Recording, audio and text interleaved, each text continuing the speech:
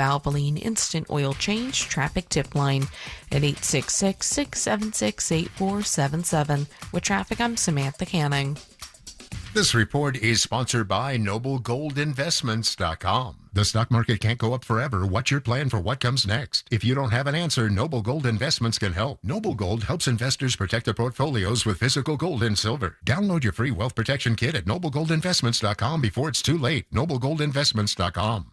America is turning 250, and iHeartRadio is celebrating with $250,000 in cash. Weekdays through July 1st, listen for your chance to win $2,500 so you can take the ultimate American getaway with iHeartRadio. This contest brought to you locally by HBN Bath. HBN Bath can transform your bathroom into a beautiful modern space in as little as 1 day. No mess, no hassle. Plus, get 0% financing for 18 months or up to $2,500 off your complete bathroom remodel project. Restrictions apply. Visit hbnusa.com. License number CBC 1255975. Hey, it's that mortgage guy, Don. Rates are near 3-year lows, and if you have a rate above 6.5, you may be able to lower it a point or more. With that mortgage guy, Don.com. GimmeTheVin.com has made it fast. We've made it easy, and we're the only 5-star BBB rated card buyer out there. Sell us your car. GimmeTheVin.com. So easy you can do it in your underwear. Most of us have given up on something before. Like when you bought that exercise bike that's now a laundry rack. Or when you tried doing your own hair, but then begged your stylist for an appointment. Some things in life are just easy to quit, but quitting highly addictive tobacco isn't. It takes real support. And we can help.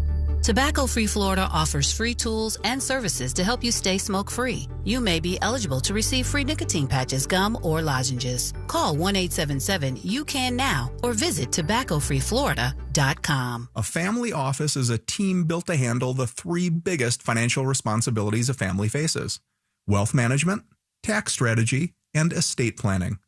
Most firms only manage your investments and refer the rest out, hoping everyone stays aligned. At Trajan, we built something different. Your wealth, tax planning, and estate planning are handled together inside one firm under one roof. There's no guessing whether your CPA, advisor, and estate attorney are truly in sync, because our team works together every day on your behalf. When your financial life becomes more complex, your advice should become more coordinated, not more fragmented. One plan, one trusted team. Call Trajan today, 855-TRAJAN-1. That's 855-TRAJAN-1. Trajan Wealth, an SEC-registered investment advisor. Additional services through Trajan Estate and Trajan Tax. Additional disclosures and accreditation at TrajanWealth.com. Mills Air in business since 1992. That's over 30 years here in Central Florida. They're not going anywhere. Carrier factory authorized dealer. You can always turn to the experts at Carrier. Equipment change-outs and upgrades right now with up to $1,275 in rebates. Visit millsair.com. Think you're not the suing type? But you aren't at fault. I'm Orlando injury attorney Mo DeWitt. You didn't choose this accident, the bills, or the damage. Don't cover for someone else's mistake. Just call Mo. Injured on the go? Just call Mo.com. iHeartMedia presents the Fresh from Florida Groceries Giveaway. 50 lucky winners will each receive a $100 grocery voucher to indulge in Fresh from Florida goodness. Enter to win at iHeart.com/freshfromflorida. Hey everybody, Jim Colbert here. You guys know I've renovated a few homes in my life, and I will tell you, the one thing I don't mess with is plumbing, and here's why. You make a mistake there, it could cost you tens of thousands of dollars. That is one of the main reasons I lean on my friends at Modern Plumbing Industries. Employee-owned and in business since 1975, and they can handle it all. All plumbing service, drain and sewer service, water heater services, gas services, and water treatment services, and that's just where it begins. Contact Modern Plumbing Industries today at 407-327-6000 or learn more at modernpi.com. I move mountains for a living. Literally. That means I don't carry hand lotion, and when it comes to serious heartburn, I don't mess around with anything but Rolaids Max Strength. Its dual-active formula has 1,500 milligrams of calcium carbonate and magnesium hydroxide that relieves heartburn fast. And the best part? The roll fits right here in my pocket, so I can get back to moving mountains. Rolaids spells powerful relief. 1,500 milligrams is our highest amount of antacid per tablet. Read each label. Use as directed. Keep out of reach of children. Win $25,000 in free impact windows from Maurice Windows. Text TRUST to 20129. Live from the JustCallMo.com studios. Injured on the go? Just call Mo. From car accidents to personal injury cases, Mo has you covered. Visit JustCallMo.com or dial 1-800-CALL-MO. This is WTKS-FM, HD1 Cocoa Beach, Orlando. An iHeart radio station guaranteed human. Now, your chance to win $2,500. Just enter this nationwide keyword on our website. America. That's America. Enter it now. Someone's going to get offended. It's just the way the world works. So to hopefully save everyone a little time and or energy, here's this. The opinions that you hear are those of the host and callers, and not those of iHeartMedia, its management, or advertisers.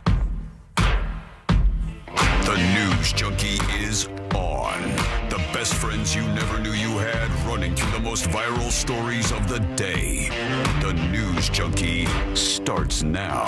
It is Monday, June 8th, 2026. Lots to get to today, from Deal or No Deal to the movie causing a huge drama at the box office. It is the White House UFC fight about to be canceled, plus your calls, dispatches, emails, texts, and more. C-Lane is here. Hello! So are you. Send us a dispatch over at thenewsjunkie.com. Go there and hit record on your first dispatch right now. You can also watch the show on YouTube and twitch.tv/thenewsjunkie. Your message is rolling right to the studio in real time. How's everybody doing on a Monday? Not bad. Pretty good. Yeah. Good weekend.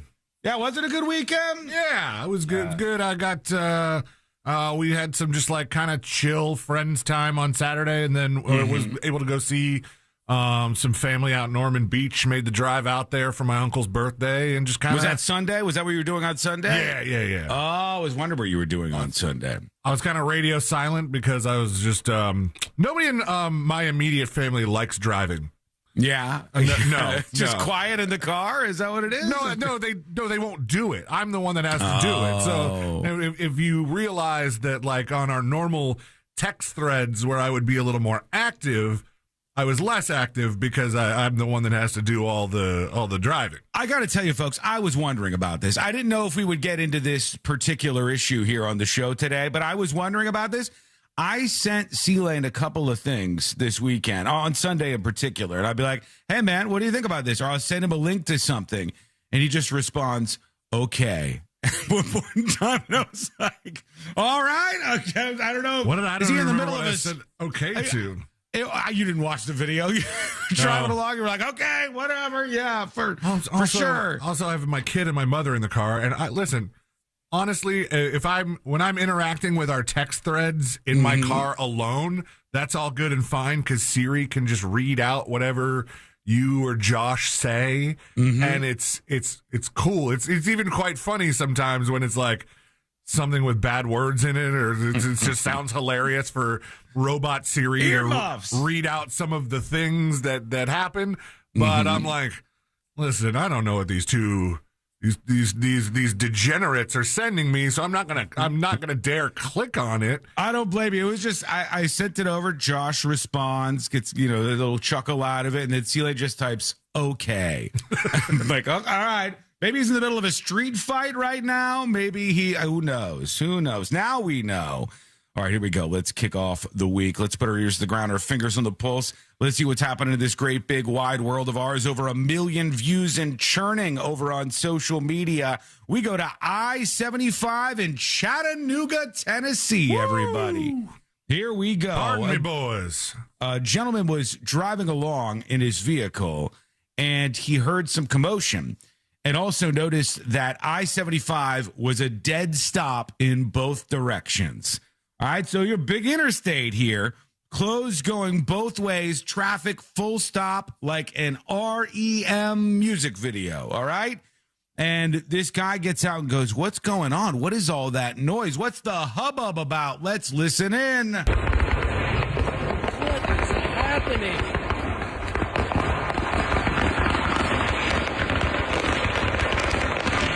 Oh, my.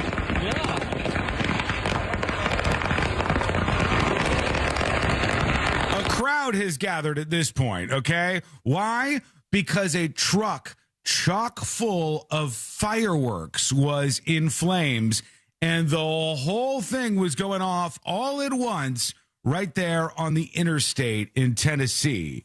And this guy just starts filming. Chaos!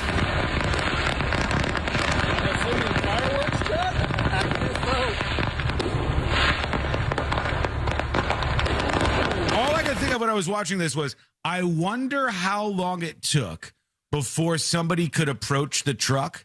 Because I don't know about you, like I remember very distinctly, 4th of July was a touchy time around my house, around the Wasson household. All right, out there in the acreage, there was the one year I've told some of you about if you've been around for a while, where my dad, he was still a younger guy at the time, youngish guy at the time, and he thought it would be funny to jump over the fire that he had just poured some gasoline in as we were lighting off fireworks. Russell. Yeah, and then my father, Russell Wasson, lit his entire arm on fire and then forgot all about that whole stop, drop, and roll thing for a little while. I was like, yakety sax with his arm on fire, burned his arm, had like permanent burn scars on his right arm because of this. And then my mom... From that infamous 4th of July. Oh, yeah. And it was one of those ones where my mom's like, I don't know what you're supposed to do. Are we supposed to put mustard on it? And then my dad's like, just put it in the water. It's hot. And they put it in the water, and his arm like melts off his arm. Like the skin just starts. Yeah. It's like putting a frying pan in the tub, you know? Yeah. And oh, God, just bad moves. So around my house, it would be sensitive around 4th of July on account of the fire incident. And my dad, when we would light one of those, they always called them cakes. But I don't know what the real name is. You know, like the firework you get at the fireworks stand, that's the big one that goes off for a while. It has multiple fires but one fuse. Yeah, and when we light one of those and it was going off, my dad would make us wait like 15 minutes before we could approach that thing. Oh, yeah, no, I think that it might have even been the case in some of my earlier 4ths of July. If that's how you even pluralize that. Sounds right. Yeah. I think that we had to get the hose out and like make sure everything was, not smoking or anything, just to make sure everything like was actually done. Water it. Yeah. Like we water the spent fireworks. But no, the cake thing. I've seen a person who shouldn't have been lighting the cake. On account of they thought that just because the fuse was supposed to be in a certain direction and didn't seem to look at the arrow on the cake. That's a big fault. That points up. That's so a big person, fault. The responsible person who was lighting all the fireworks did everything right. And then the person who was less responsible may have not looked at the arrow and was this you or your father? Lit a cake sideways. I'm not going to say who it was. It wasn't me, though. Yeah, well, they were waiting a while for this one to end. Even when it slows down, it just keeps going. Just slower than it was before. This is crazy. Yeah, it is. Somehow nobody injured. I don't know how. But the story goes like this. Cell phone video captured spectacular pre-4th of July display of fireworks on a Tennessee highway Saturday evening. Display of fireworks is a little bit of a misstep in this was an accident. I mean, it did cause a display, but usually a fireworks display is quite planned out. It wasn't supposed to go down like this. First responders raced to a vehicle fire on Interstate 75, and they found a stopped work truck hauling a box trailer that was completely ablaze with popping pyrotechnics, according to fire officials. They said that the fireworks are going off in different directions, endangering drivers, but somehow, some way, nobody was hurt in the whole melee. Pretty wild times, and amazing that it was a giant waste of fireworks, but at least nobody ended up getting lit up by those things. That is good. I would like to think that if I was in that area where we got this sort of accidental show, windows down, finding the most electric guitar patriotic version of the Star Spangled Banner that I can. Yes, 100%. And blaring it as loud as my speakers will allow. You might as well. I'll tell you this. When I saw this video, I said, that may well be the greatest reason that they shut down an interstate ever. Because when I'm on a road and everything comes to a complete stop like this, I'm like, this better be good down here. Mm-hmm. This better be good. And if that happened and all of a sudden you hear a bunch of stuff exploding and you go, hey, this is amazing. There's a fireworks truck exploding up there. That right there, that's a good time. That's worth, I think, the delay much more so than many other occasions. Let's look over to the box office to see what was happening this weekend. Couldn't believe it. Couldn't believe what? This. Number one at the box office, Scary Movie still got legs, man. Hey, they said Scary Movie has made over $1 billion. Well, this is the sixth installment. Yeah, they've been doing it for a while. Scary Movie, $55 million in it, number one on the weekend. Number two was $29 million. Masters of the Universe. That movie costs a lot of money to make. He-Man, right? Lots. He-Man and the Masters of the Universe. The only thing I will tell you about this is their popcorn bucket is some next level stuff, man. The it He-Man was more and than the just Masters popcorn, of the Universe. right? Wasn't there like 4 sodas in it too? Here it is here.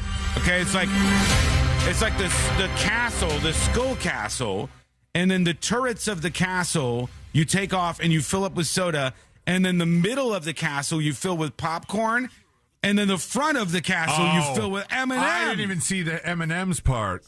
Okay, that, of all the really stupid popcorn buckets we've had, this one's kind of cool. And then you open the mouth of the castle and the popcorn falls out so you can eat it. Okay, I don't need that. I mean, I usually hate these stupid popcorn bucket things, but this one's got it all. It holds your drinks, it holds your popcorn, it holds your candy. I think it's just one drink, but I think it's still pretty clever. Yeah, it's neat. That's good. I like it.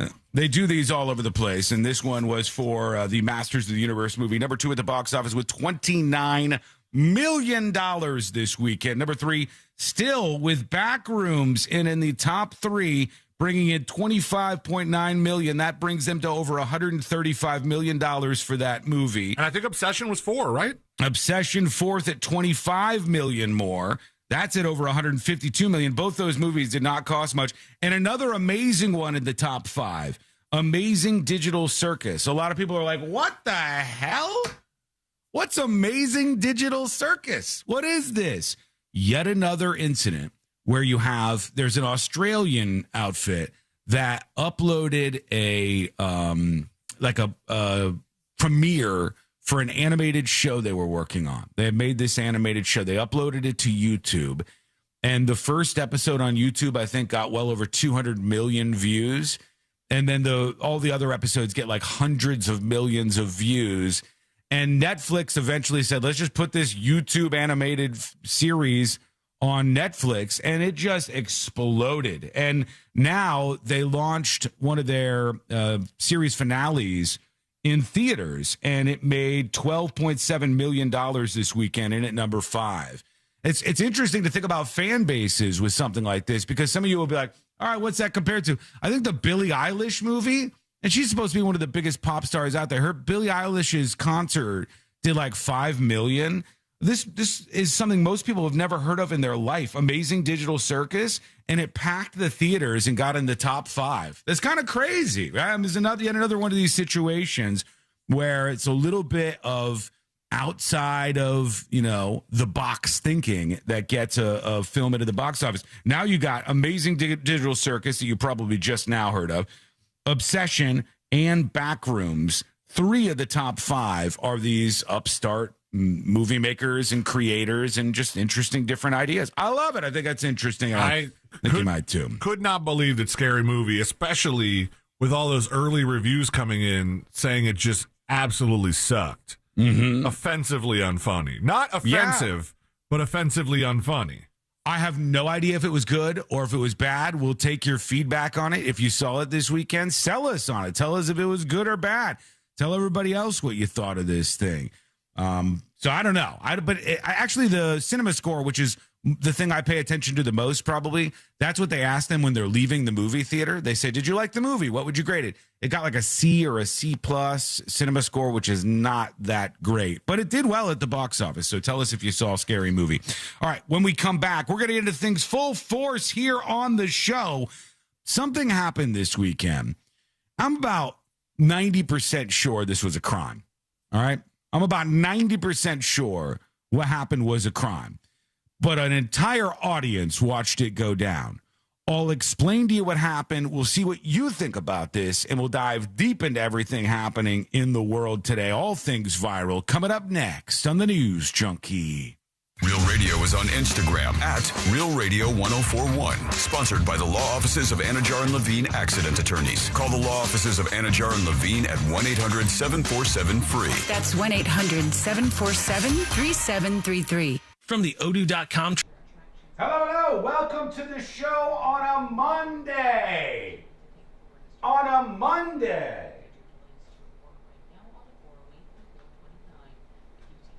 Already almost banned somebody on YouTube while I was talking. You know who you are. Don't be that guy. YouTube, Twitch, TNJ chat, how are you? How was your weekend? How was your weekend, everybody? As America marks 250 years, we celebrate the dedication of the horrors persist. It's going to be a great week. It's going to be an amazing week on the show. Fang Freaking Tastic says my brain hasn't joined the party today. Well, it doesn't take much time. It was a fun weekend. It was great. Saw a comedy.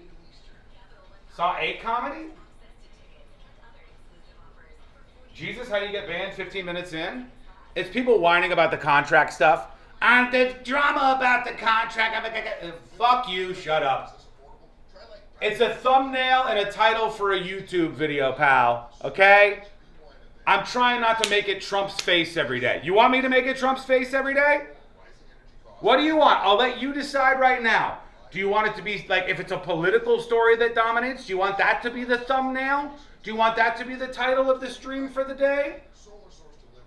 Is that what you want? Or do you want, like, some sort of silly drama type thing? Huh? Which one do you want? You tell me. You tell me.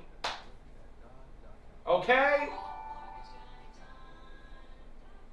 Because we can do that. We can just put Trump's face, like, fighting with, 48 Hours or Meet the Press.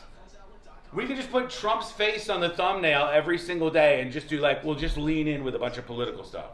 If that's what you want. I mean, it seems like what you want.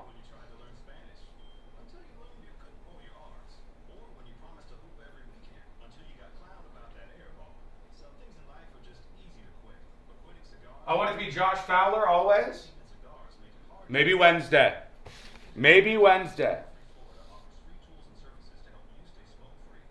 Okay, I have a redemption fulfillment for somebody who gifted secret shows.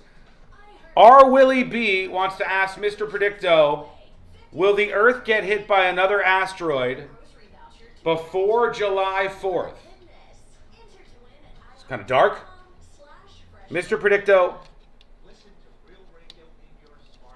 will the Earth get hit by another asteroid before July 4th?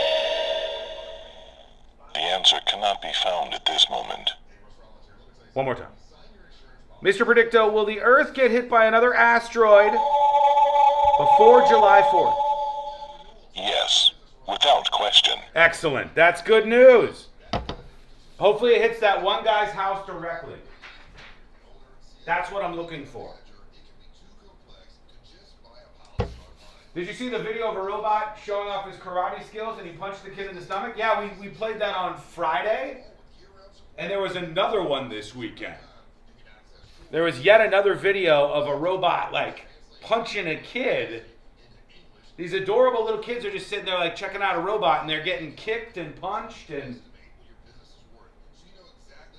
am I banned? No, I can see your message. You're not banned. No. Why would you be banned? Should you be banned?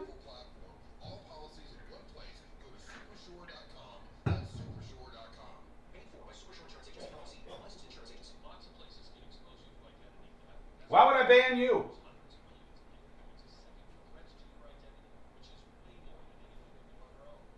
That guy and the guy that threw the hot dog on the roof? What makes you think it was a guy that threw a hot dog on the roof? Why is it that you are speculating that it was a guy?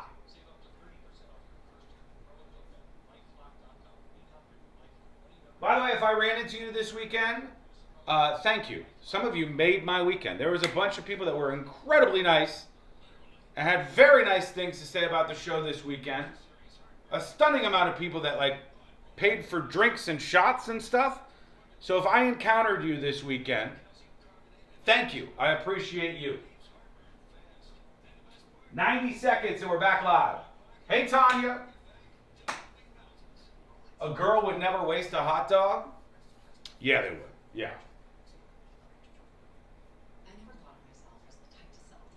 Why does the robot get to live the dream? Is it your dream, Ardenus, to go around kicking and punching little Asian kids?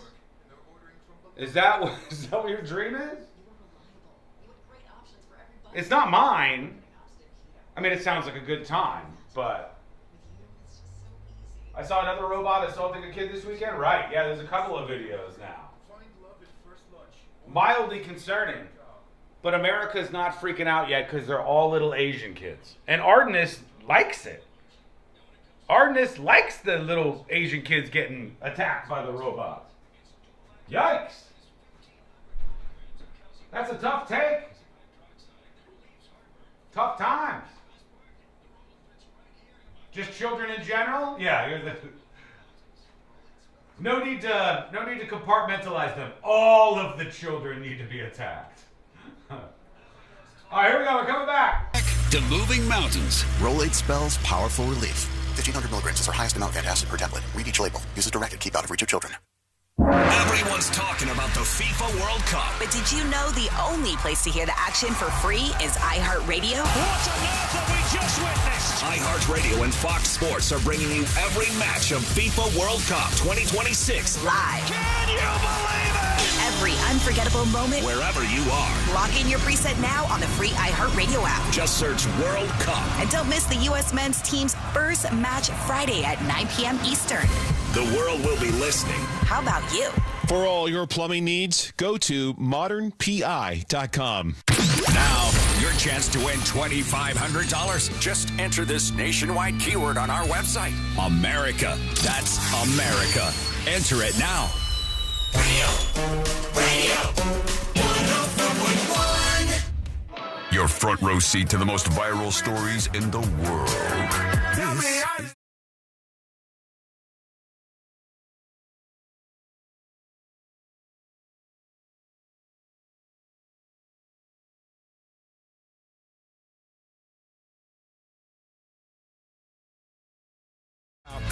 Honestly, I feel like we witnessed a crime this weekend. I think we might have. We'll get into this. I'll play the clip for you in just a moment here on the show. Hey, everybody, welcome in. And hey, big thanks. I'll just stop right now. I'll just do it right this second. Big thanks to Brad Wallace Realtor for the 10 gifted subscriptions. Right. Look at that. What a way to kick off a week. 10 gifted subscriptions, premium subscriptions for you to get on his dime. Brad Wallace Realtor picking it up. 10 gifts over there for you to claim over at thenewsjunkie.com. Grab them while you can and unlock secret shows. All right, we'll get to your dispatches, your emails, and all the rest, but C-Lane edited this for me here, and I want to play this because sometimes he'll censor something and then I won't play it and I feel bad. I just looked back through my text messages. I have no clue why I said okay to you. You said okay, and I was like, damn, he got mad at that meme. No, I didn't see the video, and I was like, was I responding to something else and I hit the wrong thing? Did somebody have my phone and hit like a predetermined response? I don't know why I said okay. Jackson? I didn't watch it. Jackson had your phone. Jackson's like, that's not funny. This meme is not. I don't like it. It's a dark meme. I went back and looked, and I went, what was that for? And then, then of course, I was busy, so I didn't see you and Josh going like, he seems angry. Is he angry? And I was like, I don't know. That made it seem even more like you were angry. So just for those of you who didn't catch the beginning of the show, I sent a link to C-Lane on Sunday in a group chat, and I said, LOL, and then I sent this link. You know, what the link was about. It doesn't really matter.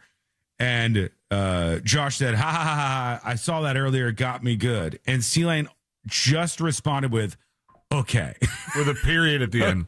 Letter O, letter K, period. Okay.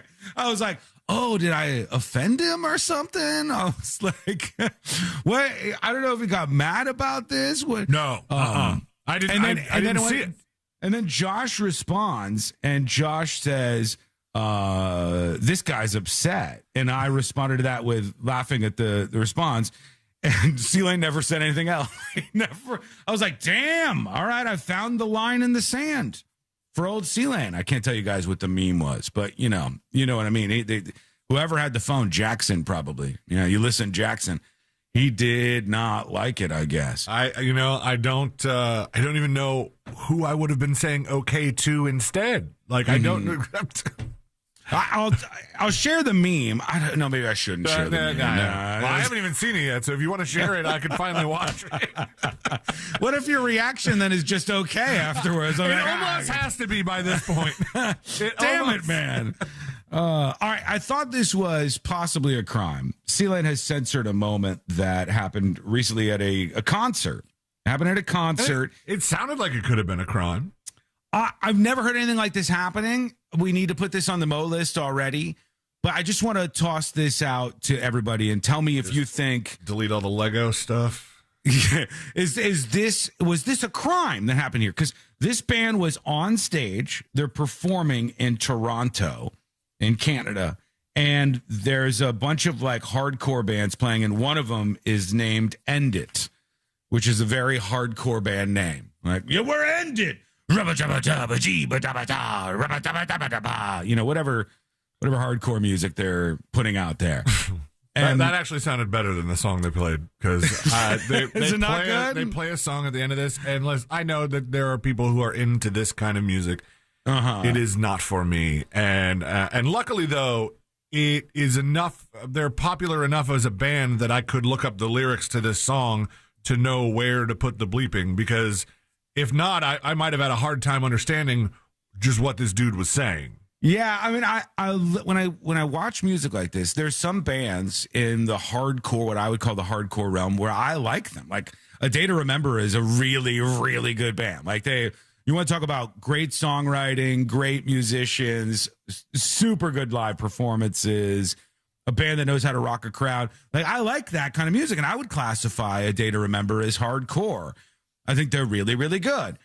And when I look at this band, I go, I've not heard of End It, but this is not something for me.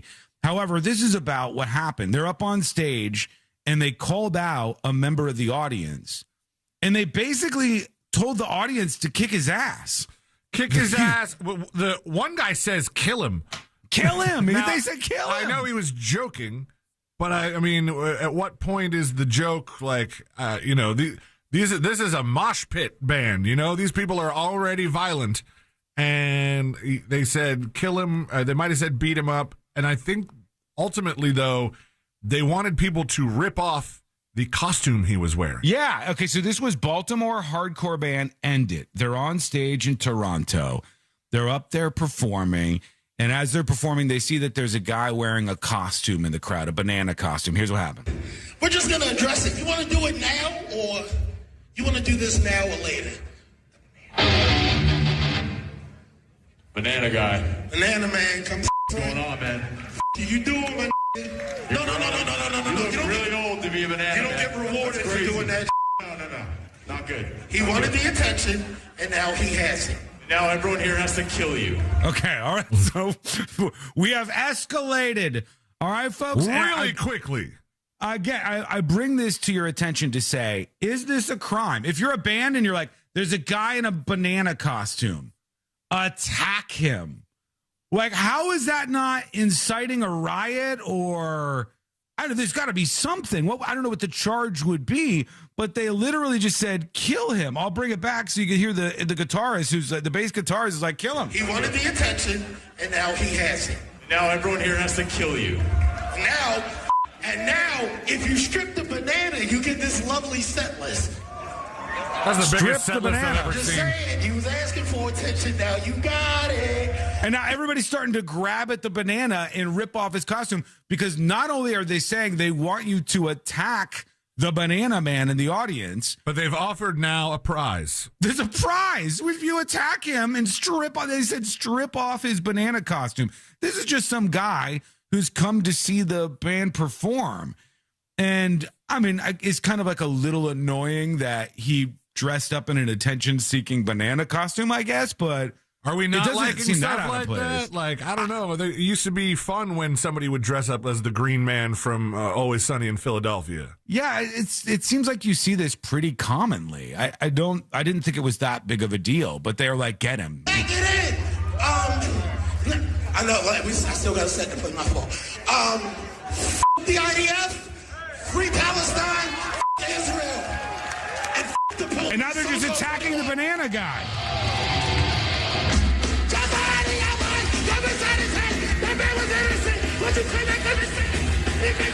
Okay, I'm with you on the music. Yeah, I'm with you on the music. It's for somebody. Somebody out there likes, and it's not for me. It is not for me necessarily.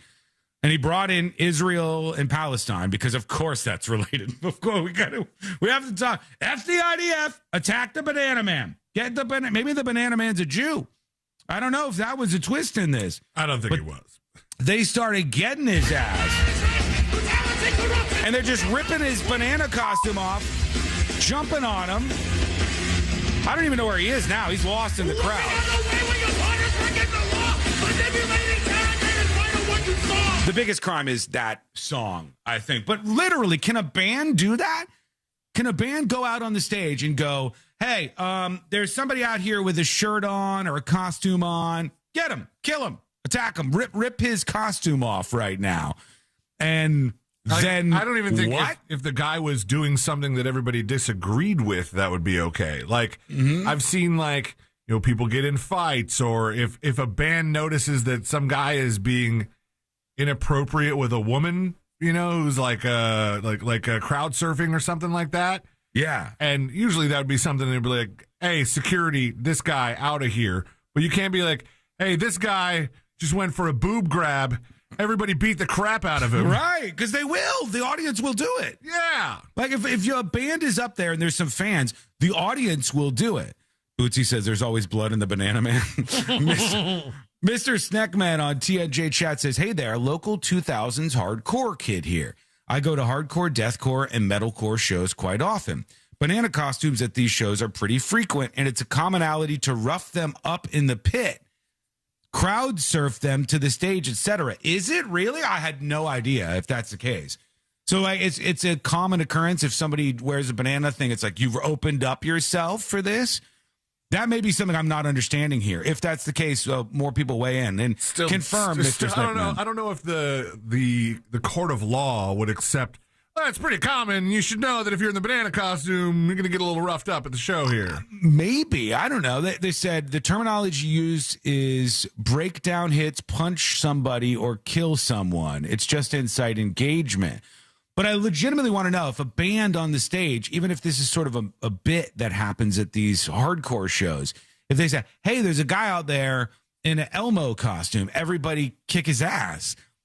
Isn't that a crime? It feels like that's a crime. It feels like you're not allowed to do that. But maybe I'm wrong. Oh, Mike on YouTube says turn him into a banana split. I don't hate it. It's for a Monday. I don't hate it at all, Mike. Low expectations on a Monday. Is that what this is? End It is the name of the band in Baltimore. And they didn't face any charges, I guess. I just had not heard that was a thing. Which is weird because this happened in Canada. So they should be even nicer there. Yeah, they're not at the hardcore shows. They're still just the same thing. By the way, nothing against you. Again, I'm not. Everybody likes their own kind of music. Music is something that is very personal. You like what you like. There happened to be a guy at the bar the other night who grabbed a hold of the Touch Tunes, who is very much into EDM songs that made me want to smash my head on the bar. Everybody likes their own stuff. I don't like some of the stuff you like, and it's, back and forth, right? But I will never, and I mean never, understand that there are grown men, in some cases, grown men who pay money to go to a show and then engage in just wildly swinging their arms and hitting other people and having other people hit them in some LARP gang fight that happens with strangers at a rock show. Don't get that. Never will. Moshing is one thing, just kind of moving around a little bit, but the literal just like swinging around of your arms and attempting to punch somebody else in the face is usually a red flag for me if you're somebody who wants to engage that was like in the Simpsons thing where, Lisa, I'm just going to punch the air and I'm going to walk around like this. And if you get punched, it's your fault. Right. It's a little weird though, isn't it? Like, you know what? I don't know why anybody wants to do that, but for some reason there's a little bit of a desire for it. Okay, we're going to take a quick break. When we come back, we'll hear from you. We got your dispatches rolling in right now in real time. You can record yours and send it over on thenewsjunkie.com. Let me know if you have any issues. Tips, TIPS at thenewsjunkie.com, or also send your emails there. You could do that over on the website, thenewsjunkie.com. Quick break. When we come back, they're trying to stop the UFC fight at the White House. I mean, they already built that ridiculous cage-looking thing. You seen this thing? I've seen pictures of it. They already built this whole big, cage apparatus. When is the fight supposed to be? It's supposed to be this week, I think. Get us a date on that if you can, C-Lane, the UFC White House thing. But the UFC White House setup looks like it's all done. It looks pretty hilarious, honestly. Oh, Sunday. It's Sunday? Mm-hmm. Okay, it's supposed to be this Sunday. Here's this is them building this whole thing that is over this MMA cage by the White House. It's got screens built into it. It's just absolutely insane, this thing. And it's for this Fight Island 250 UFC fight right outside of the White House. And now there's a chance at the last minute that they may cancel this whole thing. And I'll explain what's going on. We'll talk about what's happening and get into the nitty-gritty of it and all the drama happening there, because that is coming up next on the News Junkie. Coming up tonight on Real Radio at 7, it's a corporate time with Tom and Dan. Brought to you by MyEternalVitality.com and Modern Plumbing Industries. At 9 p.m., it's Real Laughs with comedians James Miguel. Hello, welcome behind the scenes of the show. Skull Mike activated, where the show rolls on. Straight up idiocracy? The idiocracy comparisons are cliche, but this is 100% idiocracy. Look, if people want to watch other people punch other people in the face, it's America. Everybody has their form of entertainment. Some people, for some reason, want to watch other humans just slap each other in the face. Or pillow fight. Whatever it is. Everybody's got their brand of entertainment. So some people want to watch people in a cage punch each other and pummel each other nonstop. That's fine. But I feel like, whether you like it or not, they've already built the whole thing. The idea that there's going to be a lawsuit that stops this from happening at the last minute is kind of shocking to me.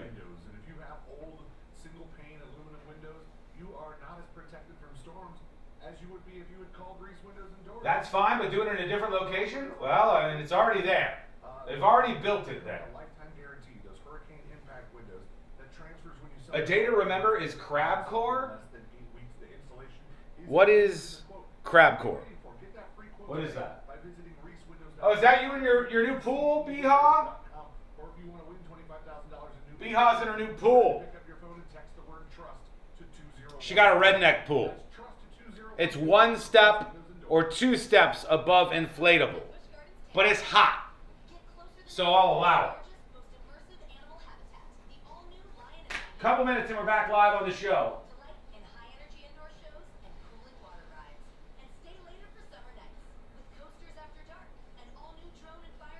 For the record, I made it easier for those of you who are interested in gifting subscriptions to the website and secret shows. Gifting subs is easier than ever. This weekend I took some time to make it so you don't have to be logged in.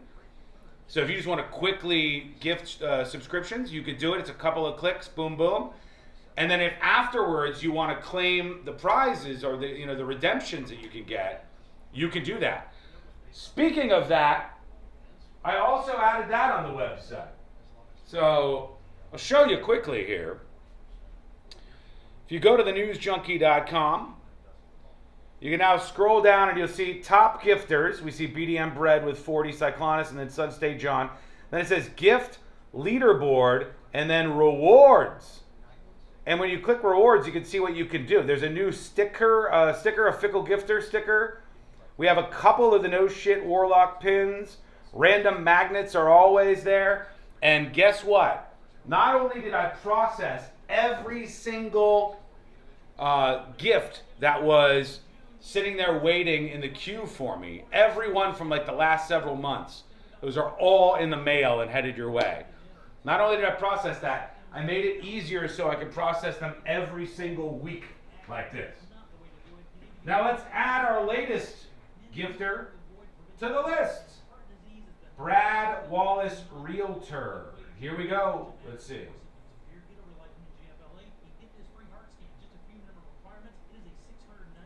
Brad Wallace, Realtor. With 10. Boom! There it is. Thank you, Brad Wallace. Thank you, Brad Wallace. Appreciate you. You could be next over at thenewsjunkie.com. 90 seconds and we're back live. Thank you to Brad. Those are gone.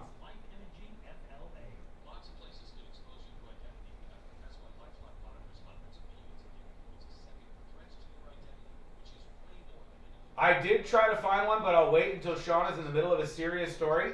Are you Kevin? Kevin on DNJ chat. Are you admitting that you're trying to sabotage segments by posting stuff in chat that gets my attention? Is that what you're doing? If I do a guest gift without logging in, can I put it in someone else's name? Yes, you can, number one, because it asks you what name you want on the leaderboard. Or number two, you can also just be totally anonymous. By the way, real quick before we come back, I've got a list here of everybody who's owed Ask Predicto questions. We're going to start working through those during school night, all right? Stand by. Coming back. My pocket, so I can get back to moving mountains. Rolade spells powerful relief. 1,500 milligrams is our highest amount of acid per tablet. Read each label. Use as directed. Keep out of reach of children. iHeart's Yacht Rock Radio goes commercial-free every weekend. Smooth sailing with the greatest from the 70s and 80s. Just open the free iHeart app, search Yacht Rock, and start listening now. You can depend on Florida farmers. Our farm is where we live and work. It's where we raise our families and provide for yours. When you shop for Florida-grown fruits and vegetables, look for local. Choose Fresh from Florida, the homegrown brand of Florida farmers. This earful of real radio is brought to you by JustCallMo.com. Injured on the go? JustCallMo.com. Real, no radio. He won't hesitate to call you out when you're being a little asky. This is the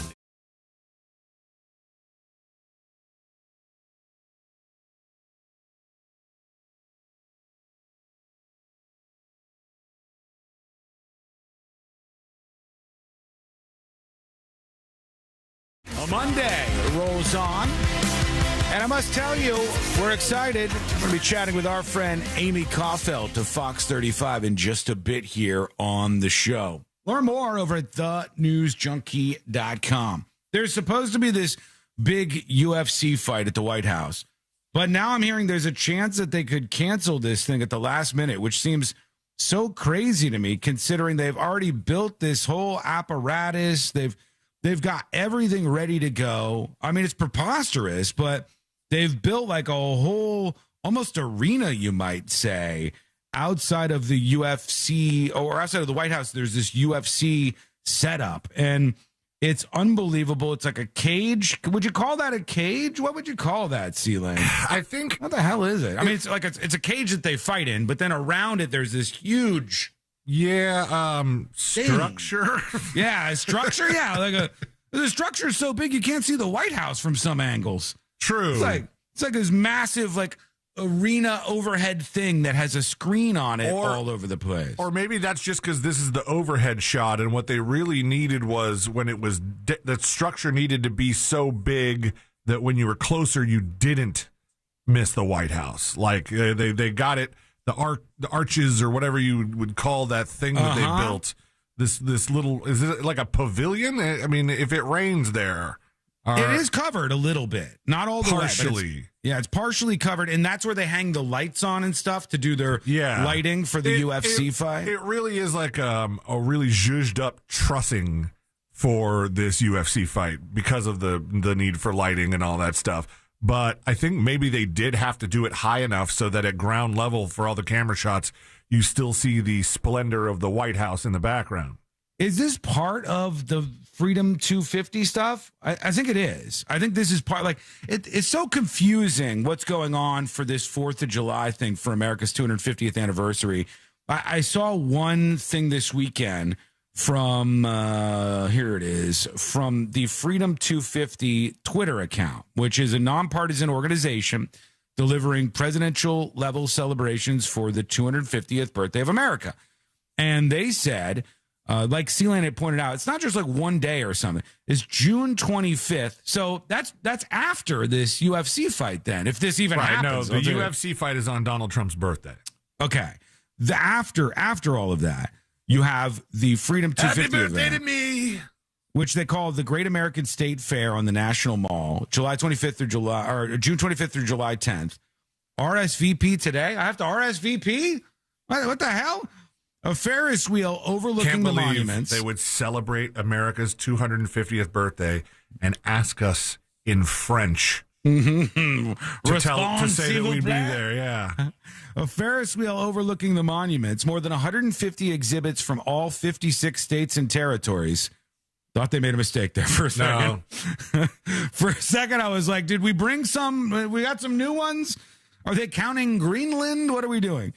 Of 56 states and territories, live entertainment, cultural programming, family attractions, innovation showcases, and spectacular flyovers. So, I guess this whole thing's happening. And before that, there's supposed to be this. Did they mention UFC concerts? fight. Are we still doing concerts? The concerts seem to have been scaled back significantly from what I could tell.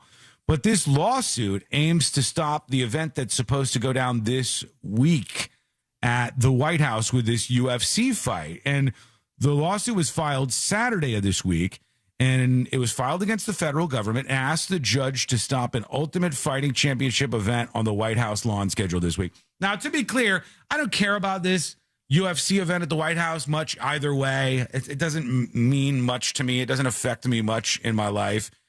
But even if it did, the idea that you would launch a lawsuit to stop this seems kind of weird to me. It doesn't seem quite as weird as the fact that we're having a UFC fight in front of the White House. That does definitely seem weird. But the idea that somebody was like, I'm going to sue the federal government over this also seems kind of weird. The suit, which the Public Integrity Project, a watchdog group, filed on behalf of two plaintiffs, is another incident in which private citizens or activist groups have tried to stymie projects championed by President Donald Trump. The event, a fight night purportedly in honor of the country's 250th anniversary, purportedly, as if they don't believe them, is scheduled for June 14th, Trump's birthday. The lawsuit says UFC CEO Dana White, a longtime Trump ally who was a campaign surrogate for him, has denied the event's timing is a birthday celebration for Trump. But the suit says the White acknowledged the fight was Trump's idea. There is a 92-foot tall, Jesus, it's 92 feet tall, the thing around this octagon? 92-foot tall, 600-ton fighting ring dubbed the Claw that has been erected on the White House's south lawn. You're the suit afraid of says the Claw. The fight is private and for profit. It alleges that even though the UFC claims it's eating the cost of the event and isn't selling tickets, the event will likely be profitable for the UFC and its partners. And they just say that they're suing the White House and trying to stop this UFC event. Which you could be against this and you could say this is ridiculous, but I mean, I don't know, suing about it seems weird to me too. I don't think this will work. I think this will probably happen this week as scheduled, but you never know. I mean, I really have no idea. Have they put any sort of preliminary stop to the building or? I don't think so. No, I think it's going on as planned as far as I can tell. And we head towards the event that's going down this week, but I'll keep an eye on it. We'll tell you if anything else is happening here, and we'll keep you updated. Send your dispatches over on thenewsjunkie.com or your emails, of course, to tips, at thenewsjunkie.com. Another thing this weekend as we get geared up for the amazing Amy Caulfield to join us on the show was there was a huge earthquake in the Philippines. All right, this earthquake happened early today, but Philippines time. So it seemed like it was Sunday that this all went down. And there was so much footage from the Philippines of how crazy powerful this 7.8 magnitude earthquake was. The buildings, here's some high rise. I think it's called Euro Towers is what it looks like it says. Yeah. This is a big building. I mean, this must be 30 some odd stories, this building. And the earthquake hits, you hear all the chaos, and the high-rise building is literally just swaying back and forth as the earthquake hits. If you look at the other buildings next to it, you see it moving, sort of leaning Tower of Pisa. It's moving back and forth. And maybe they're designed to do this, but some of the buildings weren't. I think is there a pool they up there? are these days. Is it? Yeah, there's a pool up on top of this building because I think I see like a splash going against this. There's a large window on the side. There was so much footage of absolute chaos from this earthquake. Did you swim in that pool? Oh, when that earthquake was going down? No. Just a completely calm day where you could jump in that pool, and then if you have your goggles on, you can look out the window and see the Philippines many, many feet below you. No, I would not do that. That is not for me. Without an earthquake, even. Whoa! All right, hang on, let me mute this. All right, this is some more buildings. This was a Jollibee, which is a restaurant. There's some in the United States of America. We got one not far from us. And this fell, I guess, too. The buildings were just kind of coming down. People were in the center of the streets, didn't really know what to do. This thing caused pretty widespread damage all throughout the Philippines. As I said, it was 7.8 on the Richter scale. Here's another building that they really use the Richter scale anymore. Whatever it is, 7.8 mag. There, boom. Just completely falling down. I'll put this one. This is sort of a compilation of what things looked like for this huge earthquake and the damage that it did. Was that a building called Love Radio? I was actually. When I saw that, I was like, that's pretty close to iHeartRadio. Yeah, that's the Philippines version. Is this your iHeart? You heart radio. We love radio. All right, let me get a screenshot of this. I don't know what accent that was supposed to be. It's Philippines. That's what you were going whatever. for. You were in the ballpark. I'm putting this up right now over on See It Now because it's a visual, and I want you to get a peek of this. And this literally happened this weekend. There was another video of these young kids outside of a school. Massive earthquake. All right, there we go. It's Philippines. Got to try to spell that correctly as I'm talking on the show. Okay, we're going to put this up, and you can take a look at it over on thenewsjunkie.com. Look for the See It Now section. And whenever there's something visual on the show, if I don't put it up automatically, I want you to know that if you email me, I will put it up for you 9 times out of 10, right? So if you go, hey, you guys were talking about this, man, and I didn't see it, I'm happy to do that. All right, there we go. Spelled Philippines correctly this time. Good I didn't for want to you. screw that up. Yes. I didn't want to screw it up for you. I wanted to make sure everything was right. All right, we want to see you and your feedback. What do you think? Should they stop this UFC fight at the White House? Or is it just like, okay, like it or not, this thing seems to be in motion here, and who cares? Let us know your thoughts. Send a dispatch or an email to tips@thenewsjunkie.com. One other thing I wanted to talk about. I don't know if we have enough time right now, but there is a movie at the box office that has a lot of drama building around it.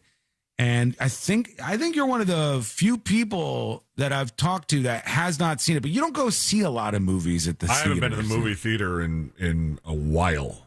Yeah, you wait for stuff to come out on demand. This one's going to take a while. I wait to receive pre-release copies. Yes, yeah, for my review. This one is one that has got a lot of conversation going around. It's been memed like crazy. I'm talking about Obsession, the movie Obsession. But there's a huge drama that has also surfaced around this movie. And I think it's really, really interesting. So I want to get into what's going down, why there's some sort of debate over this movie. And then I want to go even further because Courtney sent me some TikTok where people, this always happens. People will watch a movie when it's a big sensation, like the Obsession movie, and then they'll get obsessed with the movie itself, and they'll start creating all sorts of fan fiction about what it all really means. The last movie I saw people do this with was Weapons, and they're like, what does it all mean? And there's some guy pointing on the TikTok screen. Watch closely as you see, and it's really... There's some weird stuff that's popped up in that world. So I want to get into that too. But when we come back, before all of this, it's time to rejoin with our friend Amy Caulfield from Fox 35. That is coming up next on the News Junkie. It's happening. Again. July 3rd. Get ready, Mount Dora. We're coming. From the Clausman Law Traffic Center, car crash, call Clausman Law. ClausmanLaw.com. Hello. Welcome to the show. Welcome behind the scenes. Good to have you. Good to be with you. We've got our friend Amy Caulfield joining us. Her producer or somebody is sitting in her seat right now. I don't recognize this person. I want to know Ceiling's thoughts on Chris Lane, the singer, headlining Red Hot and Boom. I legit thought about this weekend because on the way to Sanford to get Courtney's car back from the mechanic, I saw the billboard, and the billboard was Chris Lane, Red Hot. And it was almost like he was supposed to look sexy. And I thought immediately, what is C-Lane going to think of this billboard? So far, no word, but I'll ask him.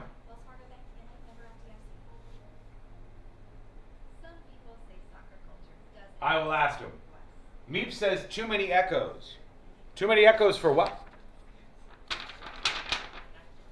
Okay, let's see here. Let's try to find some people that have one Predicto question that they can ask, and I can just cross you off the list. If Snoop Frog is in chat, Snoop Frog, if you're there, I need a Predicto question from you.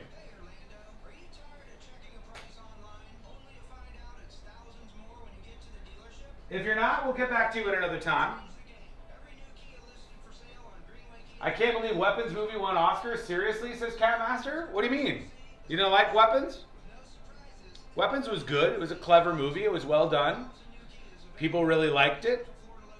The thing I don't like is when people are like, we unlocked the secrets of this movie. And then they tell you what, this is what was really going on.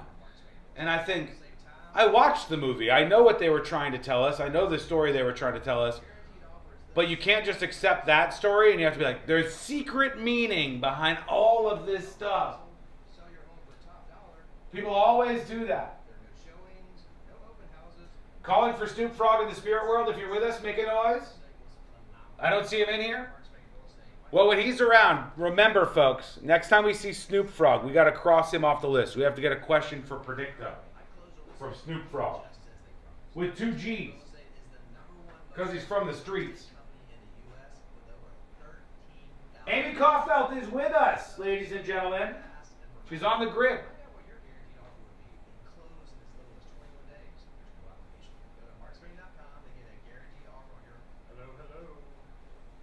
It was a promo?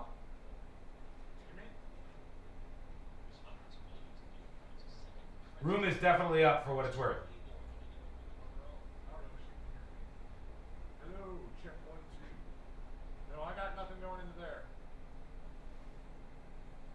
Uh-oh. We have some minor audio issues. Shawn. Hang on. Or the LifeLock app. Get the alerts that can make all the difference. Save up to 30% off your first year with the promo code BECK. LifeLock.com. 800-LifeLock. 1-800-LifeLock or LifeLock.com. Use the promo code BECK at LifeLock.com. One of life's greatest mysteries has finally been solved. Who let the dogs out? Spruce, spruce, spruce. It's Spruce, the weed and grass killer that's safe for use around people, pets, and bees when used as directed. Spray the leaves for visible results in just 1 hour and dead weeds in just 1 day. You spray, they play. Spruce, pet friendly, weed deadly. Find wherever weed killers are sold. Do you have AC needs? Turn to the experts at Carrier. Go to millsair.com. Portions of the following program were pre-recorded. Broadcasting live from the JustCallMo.com studios. Injured on the go? Just call Mo. Visit JustCallMo.com or dial 1-800-CALL-MO. This is WTKS-FM HD1 Cocoa Beach, Orlando.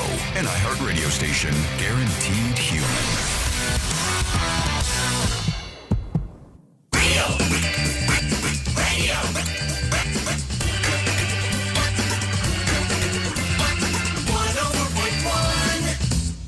He won't hesitate to call you out when you're being a little ASCII. This is the news.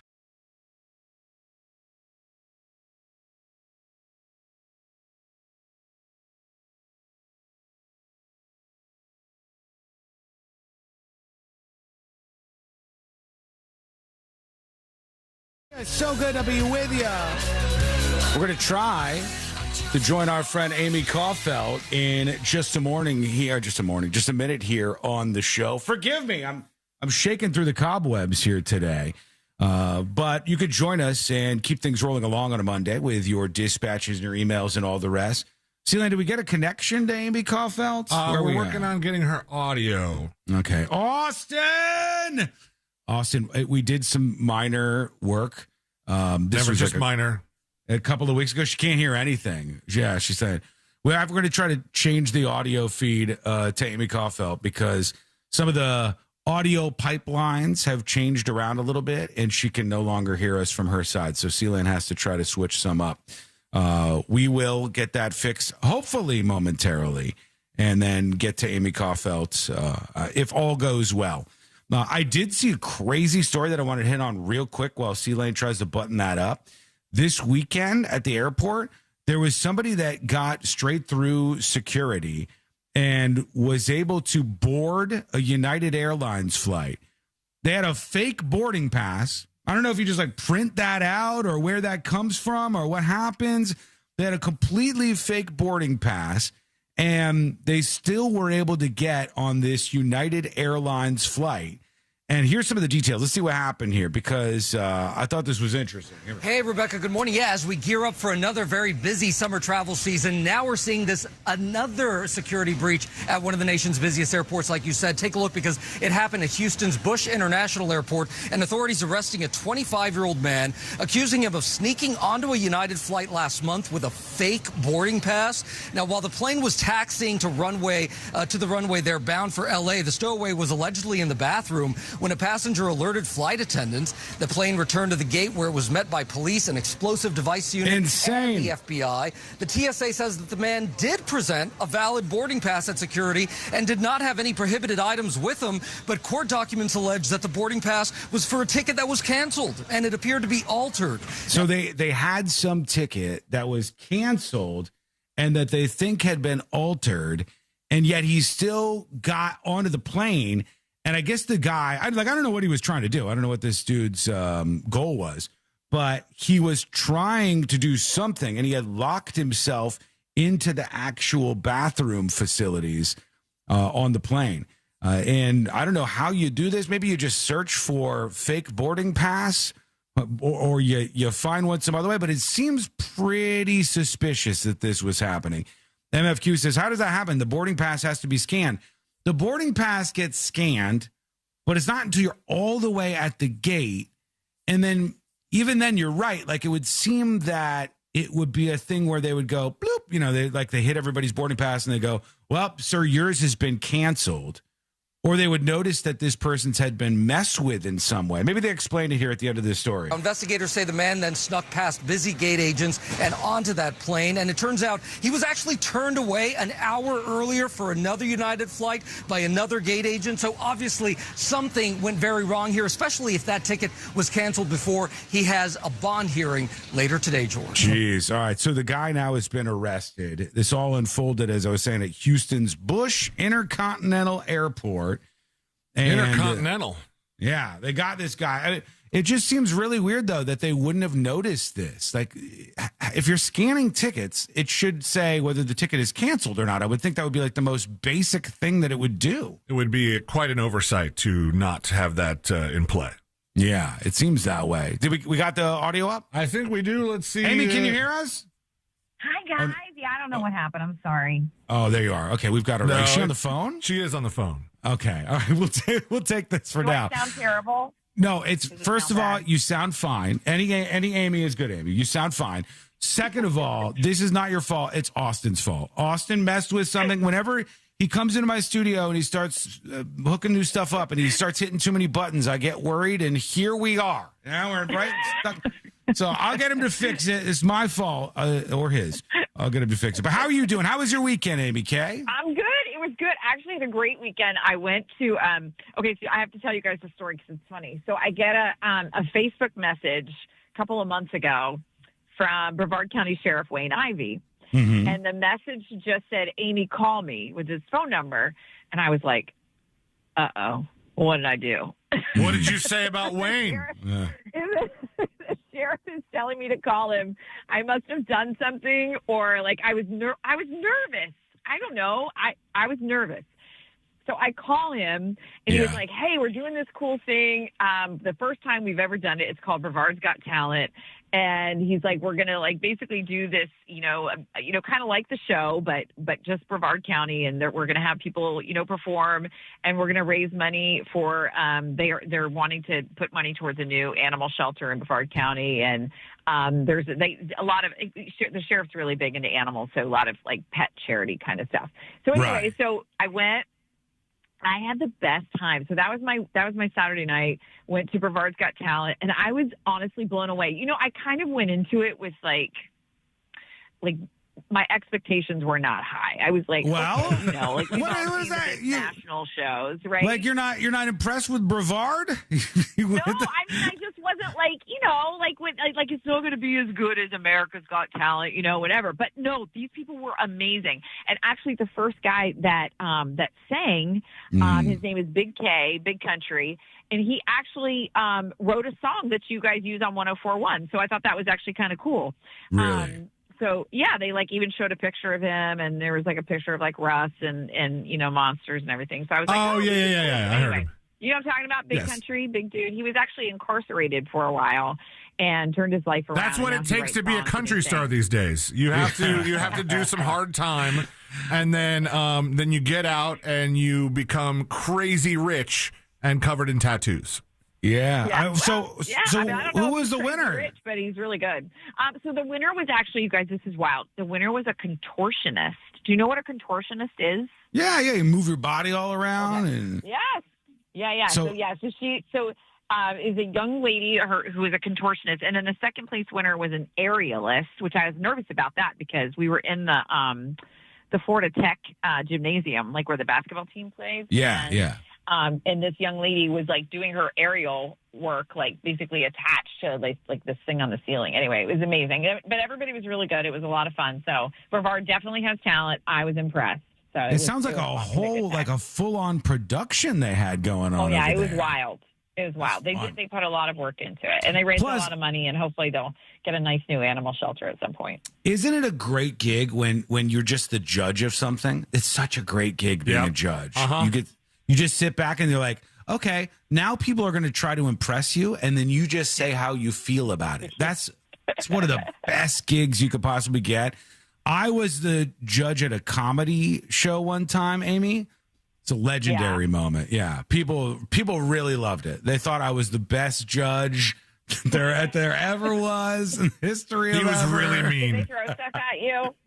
No. But it was early on when Courtney and I first met, and we went to this event, and some comedian went up there, and I just ripped them to shreds, and people started booing, and Courtney's like, "Oh my God, what were they doing? Why were they booing in there?" Like, that guy, Kevin Hart, turned out to be Kevin Hart. Kevin Hart. Yeah, it wasn't all Kevin these Hart, years but later. it was really, really awkward, Amy. It was incredibly cringe. Yeah, no, it wasn't. It was a great moment. Yeah, I made the event. I made that a good time. So that sounds fun. That was a good time. You went out there and did that. Yeah. But what's grabbing your attention today? Here, we've got a lot of stuff going on this week. A big week here in the news. What was popping out and grabbing your attention today, Amy? Well, locally, of course, we're focused in on this is the 10-year remembrance of Pulse. So we do have a lot of that we have worked on leading up to Pulse. The 10-year anniversary will be this Friday. I sat down with Orlando Mayor Buddy Dyer. We did a long sit-down interview, and it was really interesting just talking to him about that week. And if you guys remember what that week was like, it wasn't just Pulse that week. It was probably the hardest week I have ever experienced as a journalist. It started on Friday night with Christina Grimmie, who was murdered at the Plaza Live in Orlando. Yeah. And then that, of course, the next night was Pulse.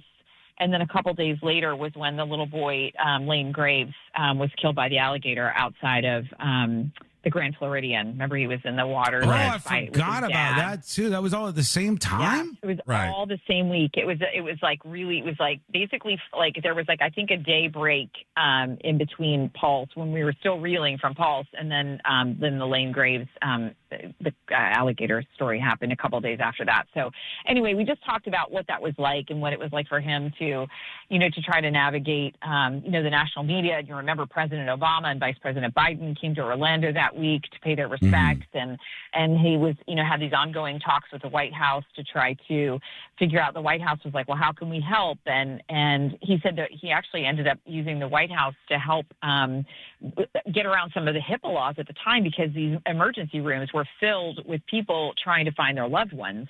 And so, but HIPAA laws prevented them from saying who was there.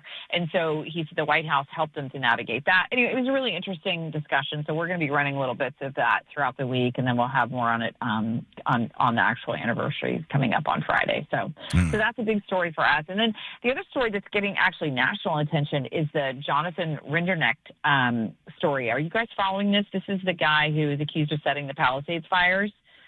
Yes. Okay. I did see this. So from what I can recall, this guy, he was in California, and he purposely, they believe, set a fire that ended up being, it turned into a big fire that burned a lot of homes in California.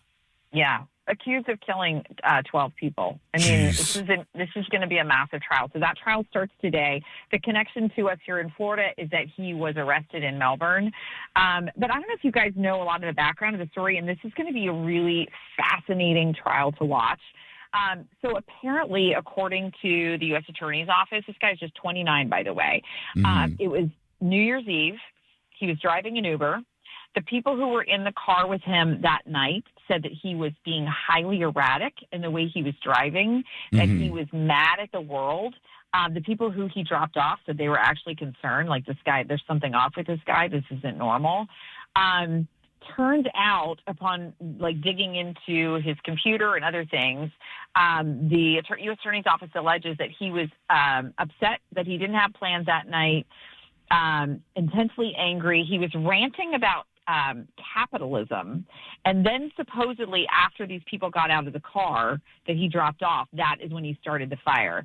So they're saying that he was a huge fan of Luigi Mangione, that he had apparently searched things on his computer, like, let's take down all billionaires, free Luigi Mangione. He was obsessed with rich people, not liking them. It's really a crazy case. Interesting. But here's where it gets even more interesting, is that all this trial is going on in the midst of them still counting the ballots in the LA mayor's race. Well, what is the focal point of the LA mayor's race is that one of the candidates, Pratt is very upset because his house burned down in that fire. So it's just, to me, it's just fascinating that you have them counting the ballots. You've got this Rinderknecht is going on trial today for this fire, you know, and Pratt obviously feels like that the mayor of LA, Karen Bass, is responsible for the city, you know, most of the city or all these, you know, houses burning down, thousands. Yeah. Not only that, the area where they had the most damage from these fires, he won that area pretty handily. Like there was clearly a lot of ire for the other options that there were in the mayoral race in Los Angeles. And this guy pops up out of nowhere and just says, hey, look, I want to look at this a different way. Now, it looks like he's not going to be going into the runoff in this election, which has got a lot of people talking for tons of different reasons. But the thing that got me, this guy lit this fire, they believe, on purpose. He's ranting about capitalism and all that stuff. Dude, if the fire led to people dying, is he being charged with any murders or manslaughters, or what's he being charged with? What the list of charges are. Let's see here. I don't have all of that pulled up to know exactly what he's charged. Let's see. Federal trial begins today. It says he pled not guilty. Because I thought when I looked at it, charges are. I'd have to look it up. Let me see what the exact charges are. I thought when I looked at it, I thought that he wasn't being charged with murder, which I found to be kind of interesting considering that there was a bunch of people who died. What I'm seeing right now is he was indicted on 1 count of destruction of property by means of fire, 1 count of arson affecting property used in interstate commerce, and 1 count of timber set afire in a case arising out of the Palisades fire in January 2025. You're right. That seems vastly undercharged. Considering the amount of damage that this human being did and everything else that happened from this, I was kind of surprised it was more. What? But I sometimes think that they undercharge because they want to get a conviction. And I sometimes think if they overcharge, and how many times have we seen this, that they overcharge, they can't necessarily prove their case, and then the suspect ends up getting off even though they were guilty because the jury's like, well, I had doubt about this or that, and I'm not sure about this. So I just wonder if sometimes it says he's not been charged with murder because his case is being prosecuted by the federal government under arson and property destruction laws rather than California homicide laws. So that makes me wonder, will he go to trial separately? He could, because this is a federal trial. Maybe. I mean, and he should. I mean, this is a person who should never see the light of day again, in my opinion, because that did so much damage. And you know, it's funny after stories like this break, you have a million people determining, like, well, what was the causes of this? Was it climate change? Was it this? Was it that? Was it the fire department? Was it this? All the things that people blame, and you go, no, this was some crazy person who literally lit a fire on purpose. Like tried to do this and then burned down all of these people's homes. And, homes can be replaced. That's one thing. But it killed people. There were 13 people or whatever died in that, which is just kind of crazy. So we'll be keeping our eyes on that case as well. I wonder what his Uber rating is. Probably not great. Probably not good, I would think. Amy, we're so sorry for the audio issues today. It's fine. It could be on my end too. I really don't know. We 100% promise it's not. Yeah, it's Austin. I don't know. Yeah. My guy's not here today. I had to use a backup friend to help me, and the backup friend maybe didn't know. I don't know. Don't blame the backup guy. I know for a fact it's not his fault. Yeah, we are 100% sure that everybody can blame Austin for this. When I tried to talk to you during the break, and I was like, she's not responding, and then I looked, there's a little microphone, and when I talk or when sound goes to you, inside the microphone there's a little VU that jumps up and down, and it was just nothing, and I was like, she can't hear nothing. We're not sending her anything. Yeah. So boo Austin. That's what we're boo. That's what we're thinking right now. I'm sorry about that, but it's good to talk to you regardless. I love you guys. I missed you last week, so I'm glad we could get together. Yes. No more of these double shifts, Fox. Yeah. No more. Oh my gosh. Yeah. It was like they wanted to punish you for going on a vacation, God forbid. The moment you came back, they said, Amy, we need you to work 8,000 hours a day. I mean, I got to go home in between. It wasn't terrible, but I definitely needed a weekend to break away from that. So I don't blame you. Fine. It's good. You guys know how it is. Some people gotta help out sometimes. Yep. I feel you. All right, there she is, Amy Kaufeld from Fox 35. She's the best. We love her. We appreciate her. Somebody says Austin's a scapegoat. This is Austin's fault 100%. He was working on my earpiece setup in the studio, and he grabbed the iPad, and there's like a digital mixer that's involved, and I start to get worried. I'm like, he's touching too many buttons. Everything works perfectly in here, and when he starts hitting too many buttons, I'm like, what are you doing? This is the fallout from that. This is what we see. Okay, we'll see you next week, Amy. We love you. Love you. Okay. See you soon. Now the problem is C-Lane can't hang up the phone, I don't think. Yeah, I got well, she's on hold. I put her on hold. She'll hang up when she wants to hang up. I thought you were in the other studio, so you had to No. I was sitting here and I go, we have no audio connection because of Austin. We have no audio connection with Amy Kaufeld. And then I said, C-Lane has abandoned me. The only good news is he can't play the Back on a Plane song when I'm doing a plane story right now. He's abandoned me. You did do a plane story, son of a bitch. I looked up and I go, C-Lane's gone. Where? You must have thought the ultimate loophole was you getting away with this. I did. And now I couldn't do Doesn't count. It's too late. This next clip is wild and insane, and as you might have guessed, we're back on a plane. All right, quick break. When we come back, we'll get into what happened with this drama at the movie theaters this weekend and where people are flocking. There's one location that people are hauling ass to try to reenact a scene from the movie Obsession. We got that. We got the big NBA game, the big fat NBA game that's going down, and the president is going to be in attendance for Game 3. What does that mean? What's the security look like? We'll check it all out. That's coming up next on the News Junkie. Real Radio is on Facebook at Real Radio 1041. Sponsored by the law offices of Anajar and Levine Accident Attorneys. Call the law offices of Anajar and Levine at 1-800-747-FREE. That's 1-800-747-3733. Morning traffic's cleared up in that crash on I-4 eastbound before World Drive has been cleared. That won't be slowing you down. Just going to be typical delays piled up here. And keep in mind, ongoing construction continues throughout I-4, so expect to see crews near the roadways. And if you see traffic troubles, call the Valvoline Instant Oil Change Traffic Tip Line at 866-676-8477. From the Traffic Center, I'm James Birmingham. This report is sponsored by Valvoline Instant Oil Change. Road trip? Let's go. But first, drive into Valvoline Instant Oil Change. Hello. Welcome behind the scenes of the show.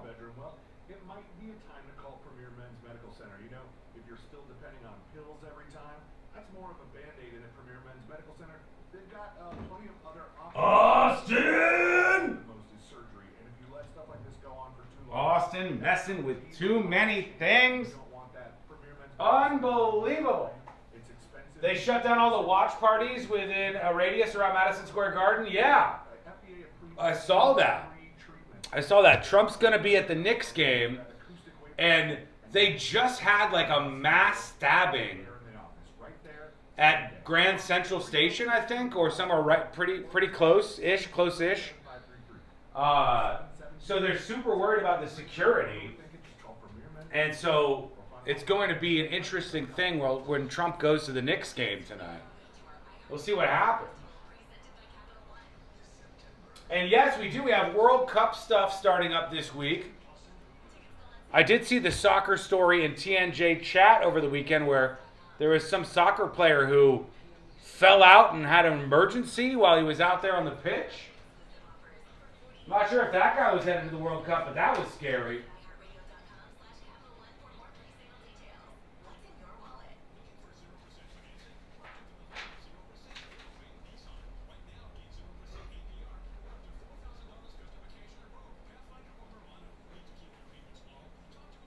Shawn, can you tell us the 11 a.m. keyword? I have no idea what the 11 a.m. keyword is.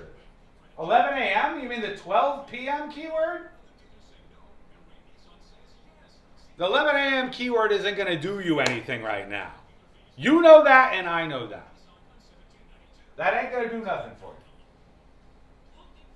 Shawn was rooting for Germany. I did go to a German restaurant. Yes, I did. I went to a German restaurant. It was a very, very nice experience. The service was really good. Loved it. The people of Sanford are very nice to me. Just like walking down the strip in Sanford, I had a bunch of people like, hey, hey, hey. I was like, oh my God, I haven't been in historic downtown Sanford in a while. And they're nice people. 2 minutes.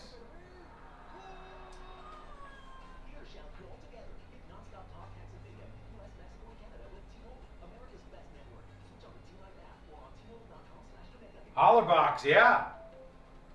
That feels like, and I don't know, I've never been to Germany. It feels like a legit German dining experience. I don't know if it is, but Hollerbox in Sanford feels like a legitimate German dining experience.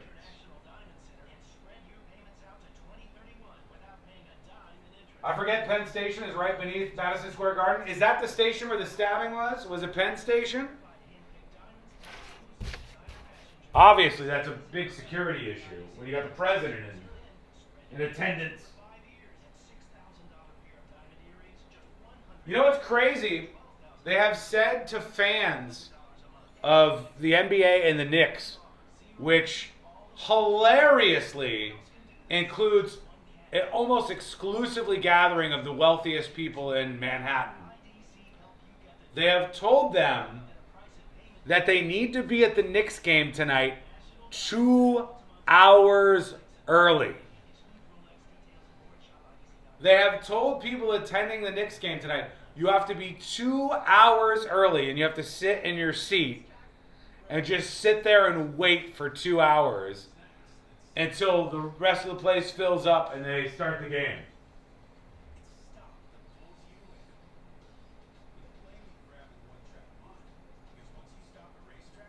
Pretty crazy.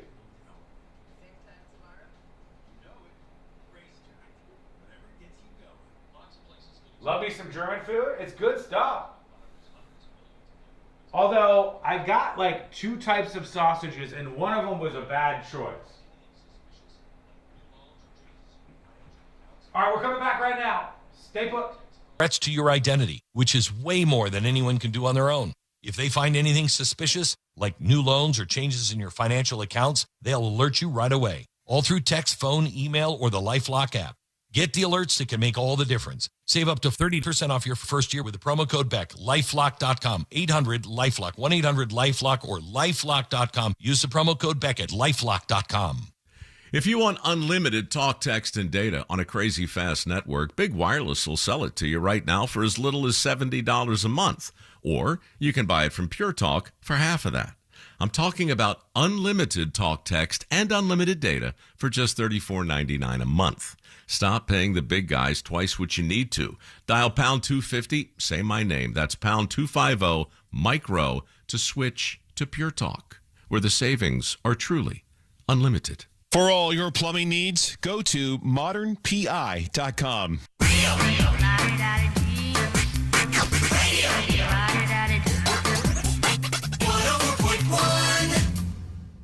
Watching the world burn with some friends since 2007. This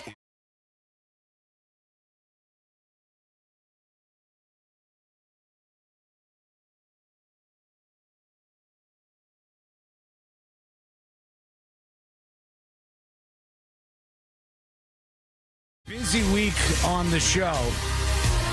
And we hope you will get the new app, which is out there and available for Android and iOS. Make sure you get the latest update. There was one for iOS users just this morning. And then I think I got one more update. I got one more update on the iOS, the iPhone and Android app coming your way. And then it should be pretty stable. It's got a ton of features. It's really, really cool. Search for the News Junkie in your app store on whatever smartphone you have and download the app. It's free. And then if you have, premium access on the website, you can get access to secret shows and all the additional features that the premium access on the website gives you right there in the app. So it's great. It's cool. It's very, very cool. I'm excited about that. Although I did see, I was like, let me see how this is doing. Let me see how the reviews are doing for the iPhone app. And I go over to the News Junkie iPhone app and I look at new reviews, and most of them are 5 stars, really, really huge upgrade. This is super impressive. This app is perfect. Like a lot of really good reviews like that. And then there was one guy who gave the News Junkie app a 1-star review. Wow. And he said, why are they releasing an app when this show is over forever in a couple of weeks, in like 3 weeks, they said. I go, hey, no matter what deal I have with iHeartRadio, the News Junkie app goes nowhere. The website goes nowhere. None of this stuff is going to change no matter what happens with the company. And I was, what a weird thing. What a bizarre thing. Like, well, why even do this? Why even bother? I'm mad the show's like, y'all, relax a little bit, okay? Relax just a little bit. And maybe a 5-star review would be nice, just to counteract the one guy who did the 1-star review. Because it's going to be a while before he starts phoning it in, guys. There's so much time ahead of it. There's 3 full weeks here that we have on the show. And by the way, I'm waiting to hear back from the iHeart suits. I imagine that I will this week, and it's probably going to be the make it or break it moment. So at some point this week, when I hear back from the suits, as I expect to, I'll probably there'll probably be like an announcement at some point, I would think, this week. And we'll see if we could strike a deal, and then I'll tell you what the big plan is moving forward. And if we can't strike a deal, then I'll tell you what the plan is afterwards. But the show continues. The show goes on no matter what. This is what I do. This is my thing. The show must go on. So the show will go on no matter what. This guy's like, there's only 3 weeks left on this show. Why even release an app right now? No, come on, man. Don't do that. Please, 5 stars if you don't mind. Yeah. And get the latest version of the app in the App Store. And then coming soon will be time for mine. And then you think Shawn can drag something out. Boy, let me tell you some of the things I dragged out. Promised my wife a baby. That took 2 years. Still haven't gotten her a Mother's Day gift this year. I only have 800 days left in my contract. Just 800 days. Crack my knuckles. 796, everybody. 796. That's just, he's like you'll blink and it's gone. You'll blink and it's gone. I had somebody, I had a couple of people come up to me and talk to me this weekend because my contract ends on June 30th. I will say, I'm a little more positive than you might think I am about where the outcome of this is. The company is headed in the right direction, I hear. And, I'm excited to see what the response is. Oh, but it could go badly, too. I don't know. I'll tell you whenever that response comes in this week. But there was somebody who saw me and they were like, oh, man, can you tell me? Tell me what's going on. And are you going to sign a deal? You're not. And I'm like, dude, what I tell you on the air is the reality. I don't have like another thing I could tell you here. There's no difference. I don't have any different news for you here in person than I do on the radio show. But I'm in a good mood. I'm excited about the future of the show. I think things are going to go real well here, no matter what happens. So, maybe you should be as well. We'll see. A lot of people out there going to the theaters, going to watch Backrooms, going to watch Obsession. Before that, they were going to watch Iron Claw, all from people from the YouTube world, right? From the YouTube world, kicking off these new careers, Gen Zers, younger millennials saying, we want to see something different. Do we want the little Yoda baby guy and the Mandalorian dude? Not really, right? Star Wars, one of the biggest things in all of entertainment, falling flat at the box office. They didn't want that. They rejected that. What do they want? They want these other things. It was number 1 the first week, right? It was number 1 the first week, but the drop-off was like 70% from first week to second week. And Mandalorian and Grogu was number 6 behind that YouTube animated thing, Amazing Digital Circus, this weekend. I'm not super surprised by that. I know that the hardcore Star Wars fans will, the ones that are into that series will come out in droves. And then the ones that are a little more patient, like myself, will probably wait for some sort of streaming premiere on that, just because. I did tell people, like, hey, if you want to go, I'll go with you. We can go pick a day. We'll go to the movie theater and watch Mandalorian and Grogu. But I'm not, like, calling them up and be like, when is it? When are we doing it? Are we doing it now? I can wait. I just think with the Star Wars stuff, my take is worth nothing. It really is. It's worse than my take on sports. I don't know much about the Star Wars universe. The only thing I can kind of pick up from people's vibes is that maybe there was too much too fast. There's some fatigue. There's some Star Wars fatigue like there is with comic book movies. Well, that's why they've slowed down a lot of the movie releases for that. And a lot of it hasn't been a theater release in a while. They've done a lot of stuff on Disney Plus, but I think from what I've heard from some people, some fans of the show that I talked to, and like other people that have seen it, have basically said, like, listen, The Mandalorian has had a couple seasons, right? Mm-hmm. And then this was pretty much like they took what would be the next season and condensed it into a movie. So when you talk about fatigue, it's the same fatigue you get, waiting an entire year plus for another season of a show you really like, because once it shows up, you got to go do the whole dance of, well, do I remember what happened? How many episodes back am I going to go and watch to jar my memory? Yeah. Am I going to go on YouTube and find some recap and then see if somebody did a good job doing that? That's when you're kind of taking that and putting it in box office form, which I thought was an odd choice, but I'm still looking forward to seeing it. People, I'm sure, will watch it, and worldwide it will do okay, but it's been outperformed by a lot of these other movies that are from upstarts and that are new ideas and different ideas.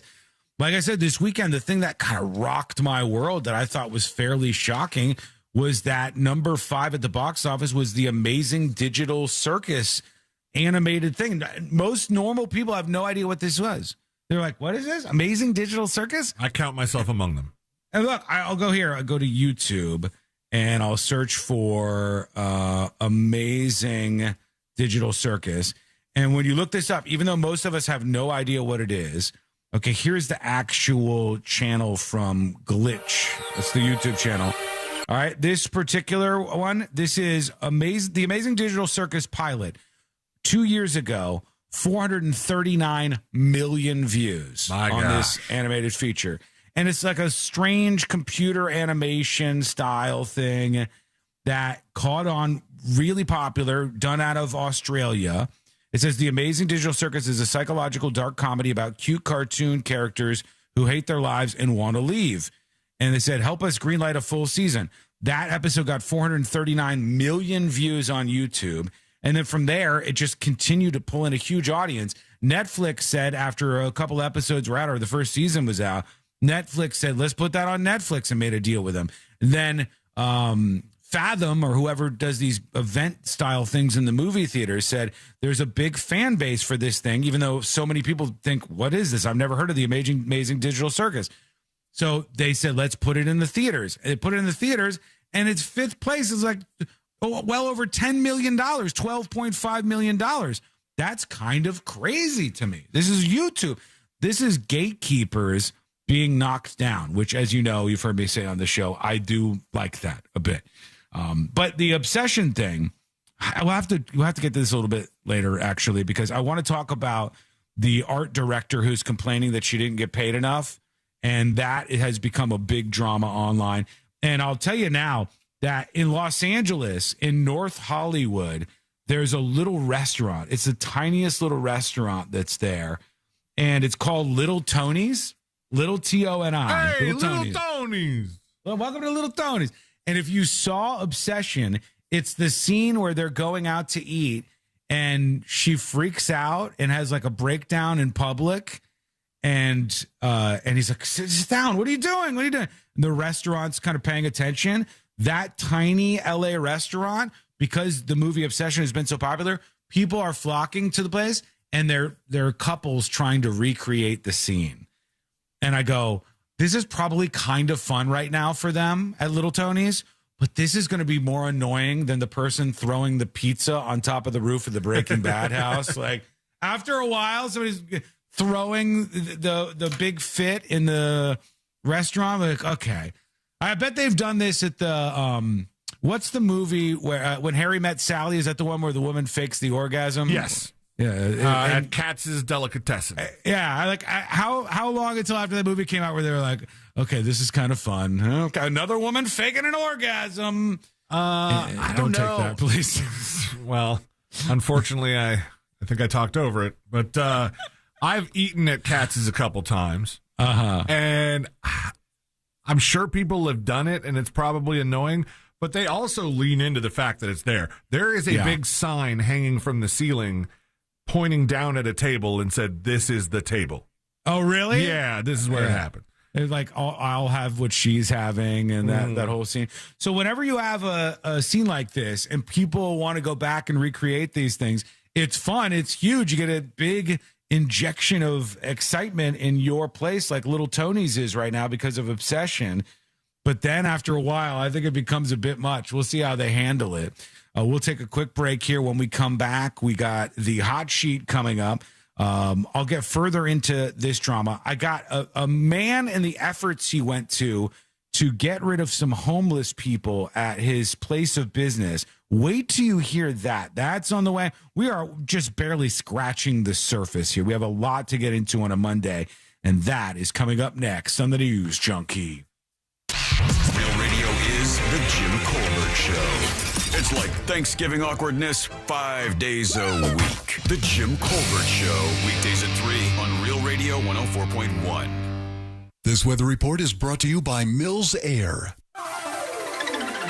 Happy Monday, Central Florida. I'm Fox 35 Storm Team meteorologist Jessica Dobson with a check of your forecast. And for today, we're going to be expecting a hot one. Temperatures will be soaring into the low and middle 90s with a high of around 93 degrees today in Orlando. That is going to be a couple of degrees above normal, which is around 90. We'll see a mix of sunshine and clouds. Overall, though, staying pretty dry. We'll start to see those shower and storm chances, though, pick up gradually as we head towards the end of the week, especially our humidity, too. From the Fox 35 Storm Team, I'm meteorologist Jessica Dobson. This report is sponsored by Lowe's. Now at Lowe's, faster quotes start at the Lowe's Pro Desk. Got a material list handwritten on a sticky note or saved as a photo? Perfect. Hello, welcome behind the scenes of the show. Horror Monday.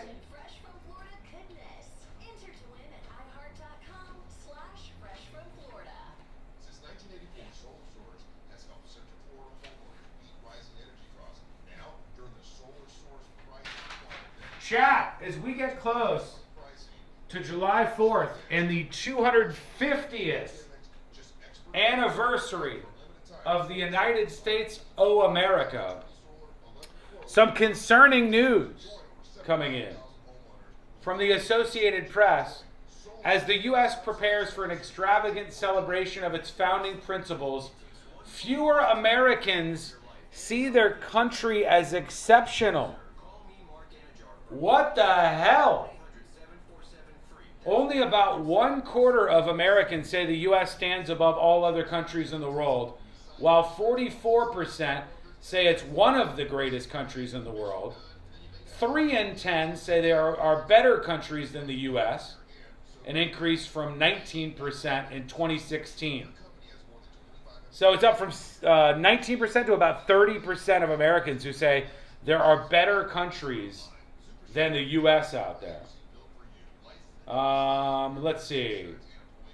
There's a pretty big partisan breakdown, too. Let me see if I can find that stat. Hang on. Because I think I have this here.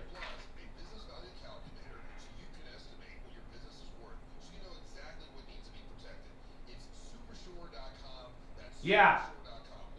When they asked Democrats, or when they ask people this question, chat, is there any other country on earth you would rather live than the United States today? 90% of Republicans said no. Right? They want to live in America. 55% of Democrats said there is another country on earth they would rather live than the United States. 55% of Democrats said there is another country that they would rather live than the United States. 38% of independents said that, and 10% of Republicans said they'd rather live in another country.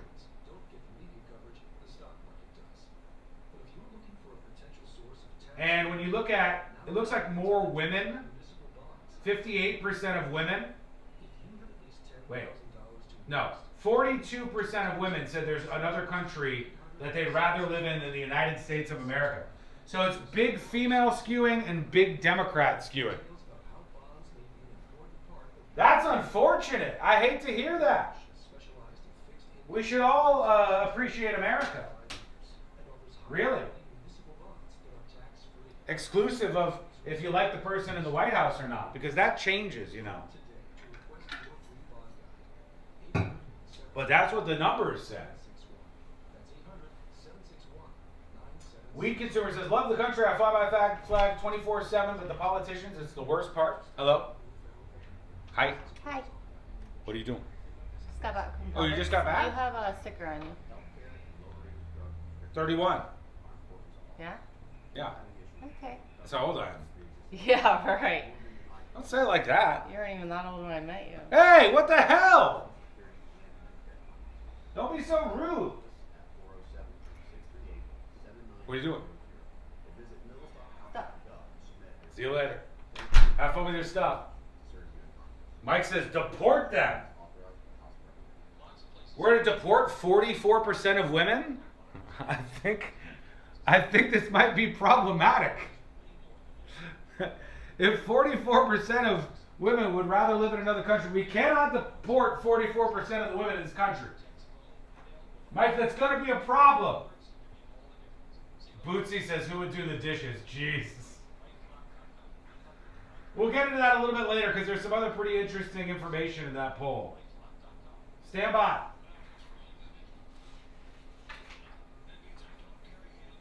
$1-800-LifeLock or LifeLock.com. Use the promo code Beck at LifeLock.com. I move mountains for a living. Literally. That means I don't carry hand lotion, and when it comes to serious heartburn, I don't mess around with anything but Rolaids Max Strength. Its dual-active formula has 1,500 milligrams of calcium carbonate and magnesium hydroxide that relieves heartburn fast. And the best part? The roll fits right here in my pocket, so I can get back to moving mountains. Rolaids spells powerful relief. 1,500 milligrams is our highest amount of antacid per tablet. Read each label. Use as directed. Keep out of reach of children. Wish you could save on home insurance? With Allstate, you could easily save and get quality protection. Yep, it's a win-win. So what are you waiting for? Check Allstate first for a quote today. You're in good hands with Allstate. This portion of the News Junkie is brought to you by that mortgage guy, Don. Don't miss the boat. Compare your quote with that mortgage guy, Don.com. Radio. 101.1. The only show brave enough to admit we Google half this stuff. This is the new...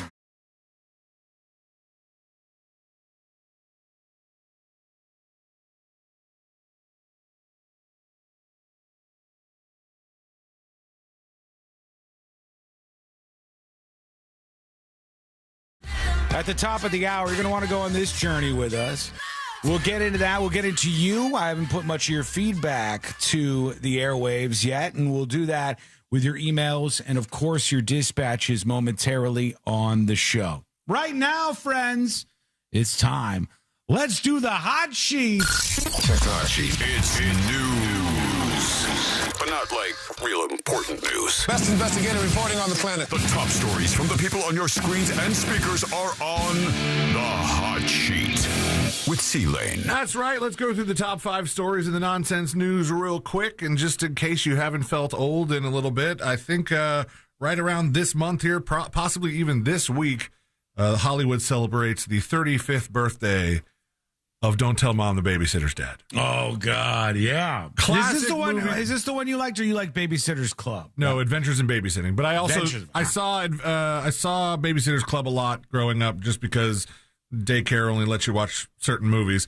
But what the two do share an actor. I think Keith Coogan is the guy's name that was in both those babysitter movies.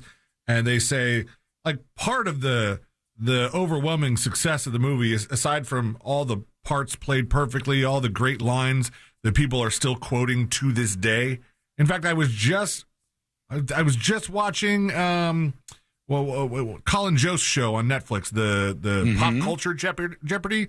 Right. And 35 years later, one of the answers was right on top of that, Rose. Like the people are still talking about it, and they said, I think part of the reason it stayed in your head is like you don't hear the title of that movie and just forget it right away. Mm-hmm. Like that was something that stuck with you. They're like, all right, I should probably figure out what that's about. But happy 35th birthday to Don't Tell Mom the Babysitter's Dead. Now let's talk about Hugh Laurie.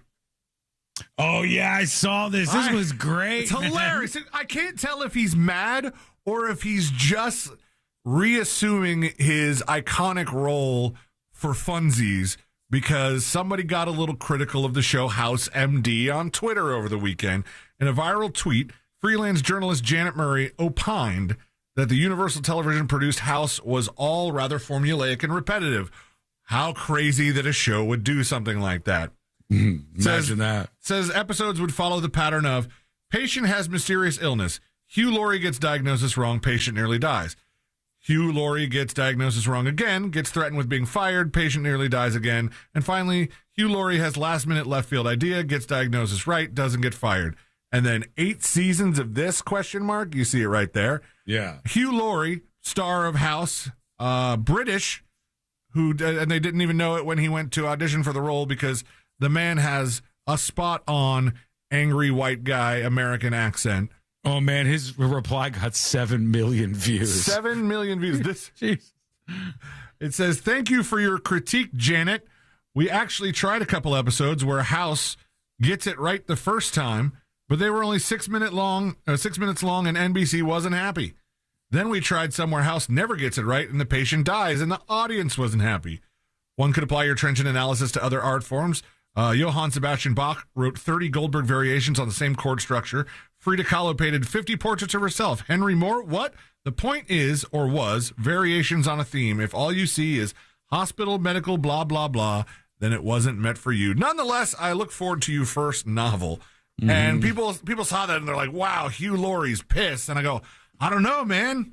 I think Hugh Laurie kind of just stepped into being House again for a second. What he and wanted does. to give the perfect House answer to Janet Murray's interpretation of the show. But also, what a dumb take that there's a formula to a television series. Every single television series ever in the history of ever has a formula, has which this is lady never seen an episode of Law and Order?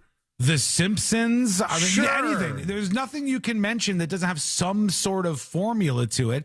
It's whether you like the formula or not. And like, that's weird. Yeah. So the guy gets it wrong and then he gets it right eventually. Well, yeah, that's the point. Well, we go back to Pittsburgh where we visited before the weekend because we had a little bit of a problem there for the Morgan Wallen concerts that were coming up.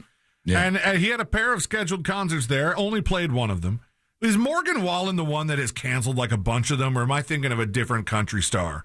Wasn't there like a handful of canceled shows last year or the year before where people would, get all ready for this stuff and then they would show up at a country bar and be like, F that guy, why would you cancel shows on us? Was that I don't remember that. Maybe. Oh, there was a couple. It happened again to Morgan Wallen. He had to cancel a show Saturday night because of weather conditions. Because his stage is too big that the wind that they were expecting could have been very dangerous for the people around. I mean, they already got rid of all the bees. The bees are gone. No bees at the Morgan Wallen concert. But yeah, he said my team walked on my bus and told me they had been consulting local officials. I should cancel my show in Pittsburgh tonight. But the people just got on Twitter and roasted him for this because they're like, the weather wasn't that bad. They could have just waited an hour and played a little later and it would have been fine.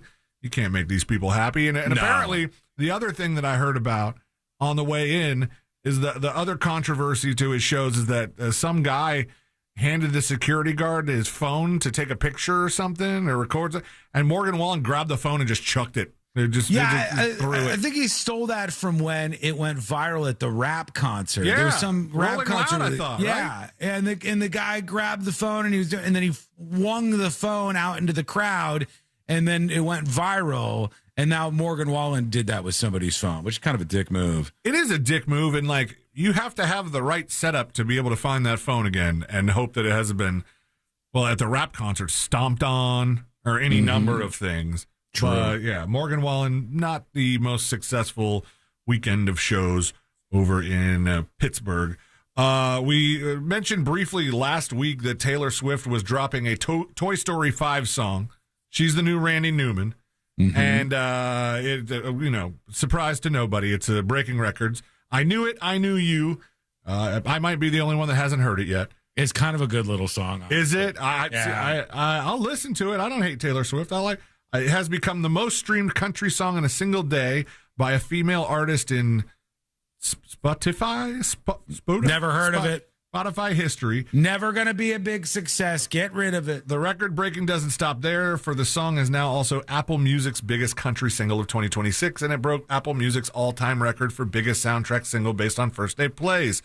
The music video's exclusivity to platforms and other streaming. Swifties wanting to view the video footage of Jessie, whom the song is about. Jessie, of course, voiced by Joan Cusack in the Toy Story series. She's the cowgirl. Yeah, she's the cowgirl. And they're also saying this is like Taylor's return to country. It's her big return to her roots. She's doing country music again. It sounds like a song that when you hear it, you're like, oh, I could see how this would be used in an emotional way in a Toy Story film. It's nice. It's a nice little song, I think. And today in social media personalities that need to go away. Listen, you don't mess with Guy Fieri. Mm-hmm. Don't mess with Guy Fieri. He does a lot of great things. You might think he's a douche. He does a lot of great things. He does a lot of charity work. He does the big gay marriage every year. And then in comes this video streamer who goes by Dr. Spaghetti. All right. That nobody cares about. And he says, I don't think Guy Fieri actually eats what you see on diners, drive-ins, and dives. I think it's diners, drive-ins, and lies. The Twitch streamer who doesn't normally have much interest in food media, but during a recent streaming session, a follower suggested in the chat that Fieri never actually eats food on the show. It's all really clever editing. They got to shave this stuff down to fit in the runtime. But Dr. Spaghetti is going on a tirade, compiled his own YouTube analysis of a mountain of clips noting Fieri oftentimes keeps food in his cheek during a shot, and you never actually see him swallow anything most of the time. Small details add up. Fieri is remarkably able to carry on a clear conversation right after he fills his mouth with food. I wonder how. Dr. Spaghetti even catches an instance where Fieri moves a pair of chopsticks to his mouth with nothing at all in them. Okay, that one is probably could have been left on the cutting room floor. Quick new music Monday. Hey, I don't know what year it is reading this list because we got new albums from Death Cab for Cutie and Modest Mouse. New singles from Madonna, Love Sensation. Ariana Grande, Hate That I Made You Love Me. Shabuzi's got a new one, Shawn, called Cowgirl. Ooh. And but perhaps for this show, the most anticipated release, Nature is Healing, the debut full-length project from the Berlin-based electronic producer Horse Girl. Yes, Horse Girl's back. Horse Girl's finally got her full-length release. Everybody rejoice. Hey, if you have a mortgage rate that is has a 7 or 8 in front of it, you should be checking into a refinance immediately. You're 100% paying too much. You got to call that mortgage guy, Don. He wants to send you money. He's part of the Real Radio family, and he wants to help you. He's been helping our listeners. He's been helping our staff. He helps everybody when they need to get themselves a new mortgage and they want to save money. So you can do it too. Don't miss the boat. Compare your quote. Go to thatmortgageguydon.com. Don't miss the boat. Compare your quote with thatmortgageguydon.com. I have an absolutely legendary clip for you when we come back. You want to talk about drama in the streaming world? Buckle up for the story of the century. It's got sex. It's got some weird twists and turns, and it's coming up next on the News Junkie.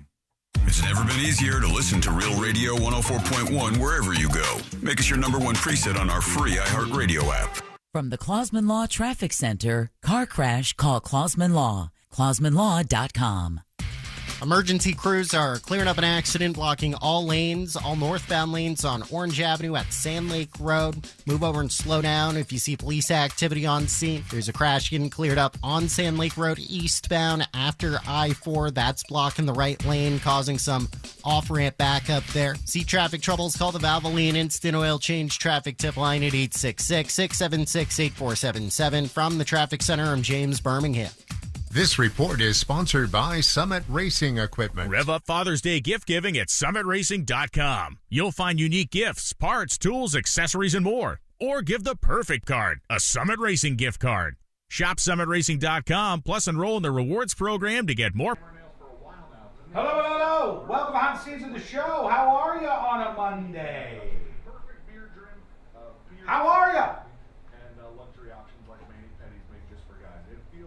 Shut up. Jinkos are $200 or $300 now? That's out of line. That's completely out of line.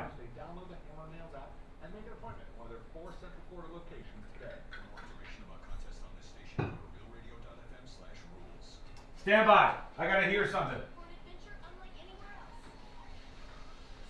Today. For more information about contests on this station, go to realradio.fm/rules.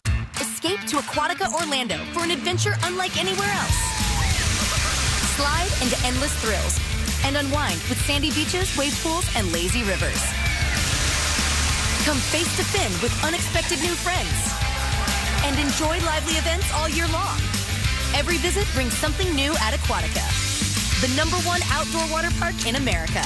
Save up to 55% on tickets. Hurry, offer ends soon. Taxes, service fees, blackout dates, and other restrictions may apply. Hi, this is Mark Spain, and we're hiring listing agents. Maybe your kids are self-sufficient now and you're ready to jump back into the workforce. Or perhaps you're stuck in that demanding job and the compensation just doesn't match your hard work. Are you ready for a career move that will be rewarding and earn you the high income you deserve? If you enjoy delivering great customer service and working with people, I want to talk to you. At Mark Spain Real Estate, we have all the components to make you successful as a real estate agent fast. Go to joinmarkspain.com. That's joinmarkspain.com and apply today. Hey Orlando, Joe Rossi here for Greenway Kia. This summer, we're turning up the heat on other dealers with all-in pricing online at greenwaykias.com. The price you see is the price you pay. No games, no surprise fees, just easy upfront pricing. Plus, get rates as low as 0% APR on select new Kias and a helpful finance team working to get you approved, even if your credit isn't perfect. I'm Joe Rossi, and I want to see you in a Greenway Kia. With approved credit, offer expires 7/5/26. Kick off summer with the Monsters in the Morning live in New Smyrna Beach. Join Central Florida's #1 morning show Friday, June 19th at Crimson House. Start your morning with a free hot breakfast from Bagel King. Just bring a donation or non-perishable food item to support the Volusia Food Bank. Stick around and keep the party going with Bud and Bud Light bucket specials, a full wine and beer bar, plus live music and merch giveaways. It's the Monsters Summer Kickoff Live Show, happening Friday, June 19th at the Crimson House in New Smyrna Beach. Proudly sponsored by Budweiser, Bud Light, Folds of Honor Foundation, Sabe Cocktails, Foley Family Wine and Spirits, Comos for You, and Coronado Beach Productions.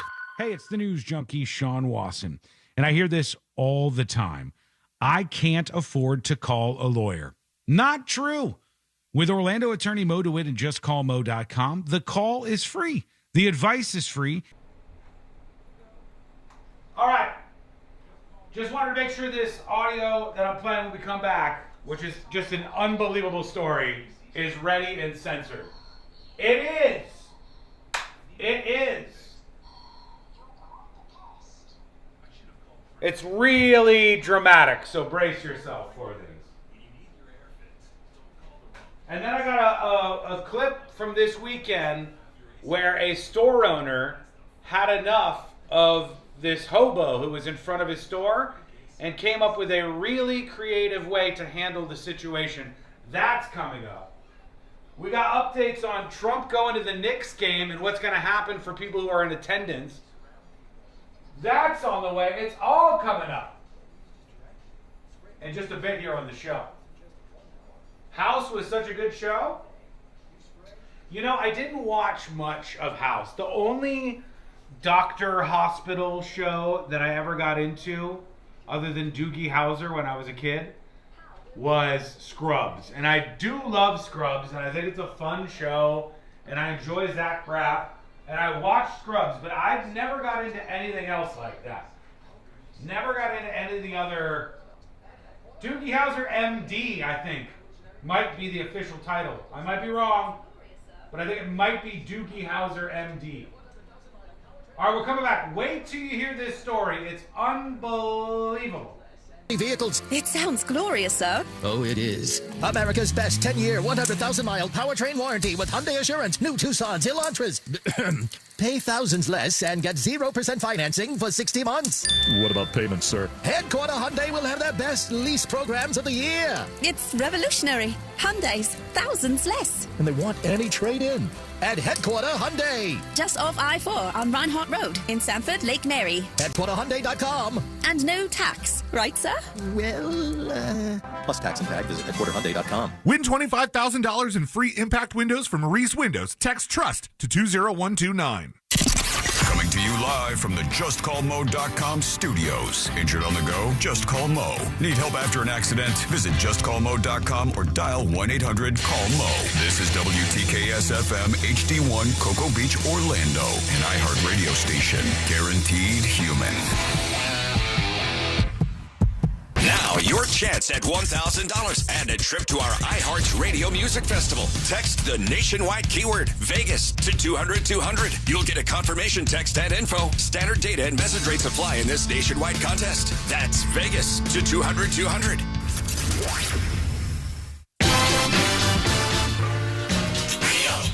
Radio 104.1. Helping to spread awareness, or whatever the new buzz term is. Or not actually.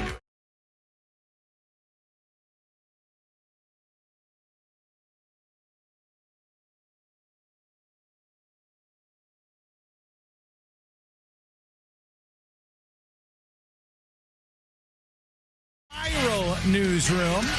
Thanks for listening on this great station. We appreciate you. And if you miss any of the show, as always, you can go over to the website, thenewsjunkie.com. All right. I have to get into this because it's some of the best drama I've seen in a little while here. And, you know, we stream the show. Mm-hmm. The show rolls on. When you're dealing with commercials sometimes, we're still rolling over on youtube.com/thenewsjunkie. I stream, you stream. We all stream for, yeah, you get it. So we're in the world of streaming. We are doing pretty well in the world of streaming, I might say. We stream on YouTube and Twitch, mostly YouTube. That's where the larger side of the audience is. And, of course, you know, we have an ad-free stream for Secret Show subscribers, which is actually a big, giant chunk of people, too. Hello to everybody who's streaming the show. But there are lots of other streamers out there. There's these guys who have been doing it for a long time. Some of them you might know. Most of them you probably don't know. And something that happens on this show a lot of times is I become sort of the normie whisperer, which I like. I like to be the normie whisperer because most of you who listen to this show, you're not mega online. You're just normal people. You're out there working your job. You enjoy talk radio and you enjoy this show. So I get to take all the very online weird drama that I find, and then I get to be the normie whisperer to bring it to you. Sometimes for good, sometimes for bad. This time, I think you're going to be interested in what's happening here. There's a guy who's new to the streaming world, and he's been streaming for a bit, built up somewhat of an audience here, and he's also featured his girlfriend who lives with him on the stream quite a bit. And he recently had to address their relationship, and I'm going to play this for you because it's unbelievable. He found out that his girlfriend was cheating on him. But that is just the beginning of the drama here. And the way that he found out and what she was actually doing is what made this interesting and how it grabbed my attention. But I want to bring this story to you. Here's the streamer and his girlfriend, who I guess had been featured with him on some of the streams. And here he is telling his audience, like, hey, if you don't see her on the stream anymore, I have to tell you why, because there's been some drama. And boy, was he right about that. Let's listen to him. My girlfriend cheated on me with her cousin. See, like this ain't even funny because I wouldn't have even wished this on my worst enemy. Who the prayed on my downfall this much for some like this to happen to me. Now, I'm not going to drop no names or anything, but y'all know who she was. You know, I posted with her, you know, obviously she's my ex now. I don't even know why I said girlfriend, bro. We made content together. We dated for a couple of years. All right, so they were together for a couple of years, this guy and his girlfriend. By the way, this is definitely a true story, which will become pretty clear here in a moment. And he shows a lot of receipts on what happened. But he says his girlfriend was cheating on him. And not only just was she cheating on him, and did he catch her cheating on him, but she was cheating on him with her own blood cousin.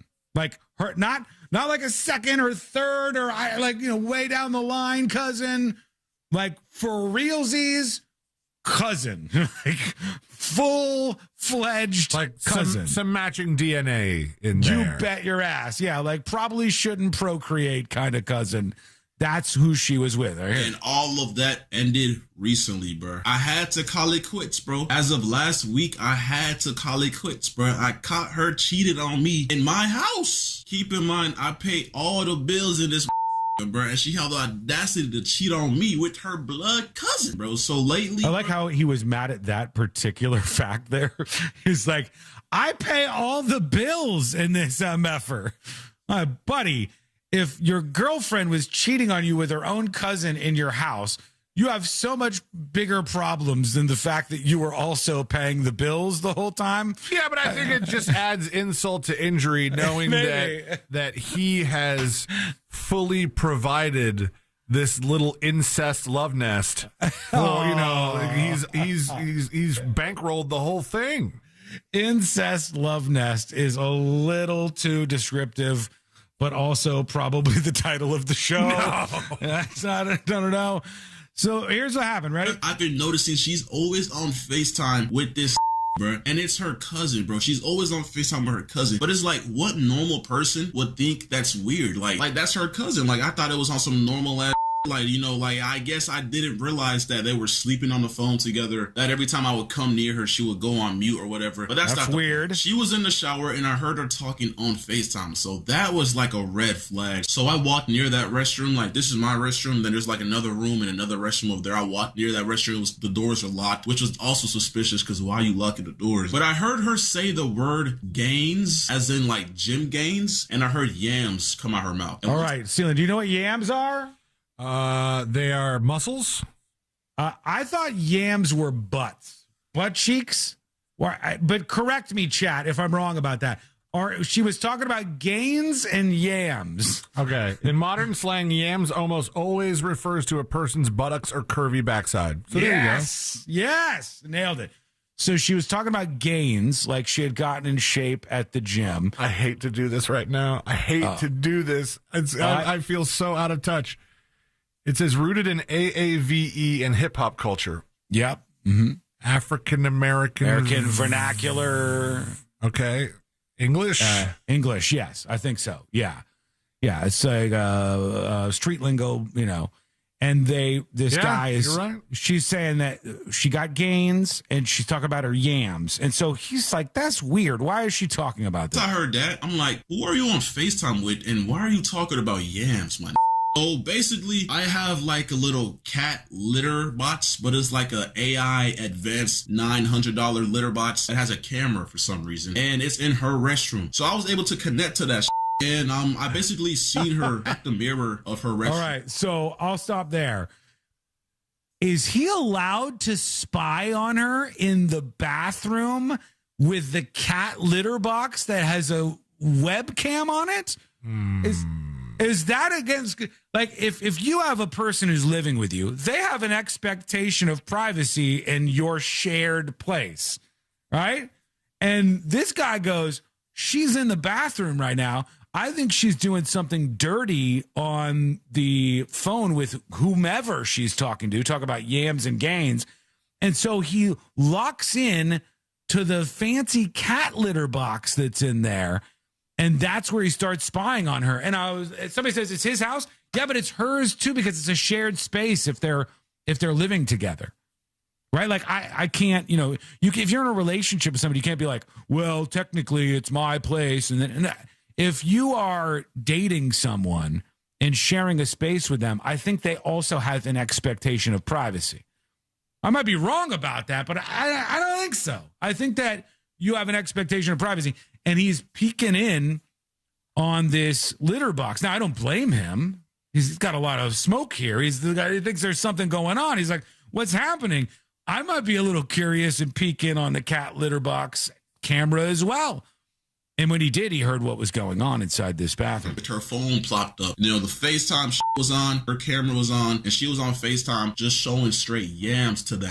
Like I'm talking about 360s in the camera, grabbing yams, just everything. Grabbing yams, see, like. And at that moment, bro, my heart sunk, bro. I was like, damn, There's your title. She just cheated on me. But that's not how it ended, though. I'm not gonna lie, bro. Because I didn't want to make it seem like I knew and I caught her and she was gonna try to play victim. So I walked up to her room. I knocked on the door. I was like, let me see your phone real quick. I grabbed her phone and I noticed her like grabbing that but not really grabbing it in like a way where like she made it obvious she was hiding something. So I just grabbed it and sped walked to my room, and then I locked my door. And that's when she started banging on my door saying, Ken, open the door, give me my phone. All right, so now he shows the text messages. I don't even know if you could do this. You see this? He's showing the text messages, and here's the brutal thing. Her text message with the guy she's cheating with says, fave cuz. Well, which is like... It would be proven awkward. to be true. It'd be awkward if that cousin was not her favorite. What does she do with her favorite cousin? It says fave cuz on the top of their chat conversation together. Also, she has 1,002 unread text messages. You absolute lunatic. That's fine. You text goblin. You strange, strange bird. Fave cuz, it says, on top of the text message thread. All right, and then there was a couple of these that I think are worth repeating. Let's see. All right. What helps me get through this is I remember that we both agreed we'd always be close no matter what. So you'll still be here if this has to end. That's what he said to her. That's what the cousin said. And she said, that's true. I know I'll never lose you. I'm just worried from us getting intertwined. Like if we had to end it, that I would be heartbroken and have to go through those emotions again, or that I'll feel away when you eventually get with someone else. This is what she's saying to her cousin. Right. To have to go through the swing of these things with you. I don't want S to get sticky, she says. Okay. Yeah, I feel you.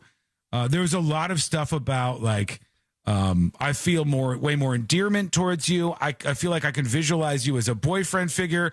The cousin stuff be effing me up in a different way too. Like I be worrying TS is a fruitless love. You know what I mean? I just don't want to get heartbroken. It's just really very strange, man. Just very strange. Zach says, why does the litter box have audio technology? I don't know. He said that he could see her propping her phone up and she's doing like a FaceTime with the cousin, and he said she was grabbing the yams and spreading the yams, and there was a lot of yams. Maybe there is not audio. Maybe it was just it could have been. Yeah, it could have been just the video, and with the video he could see that she was holding up her phone.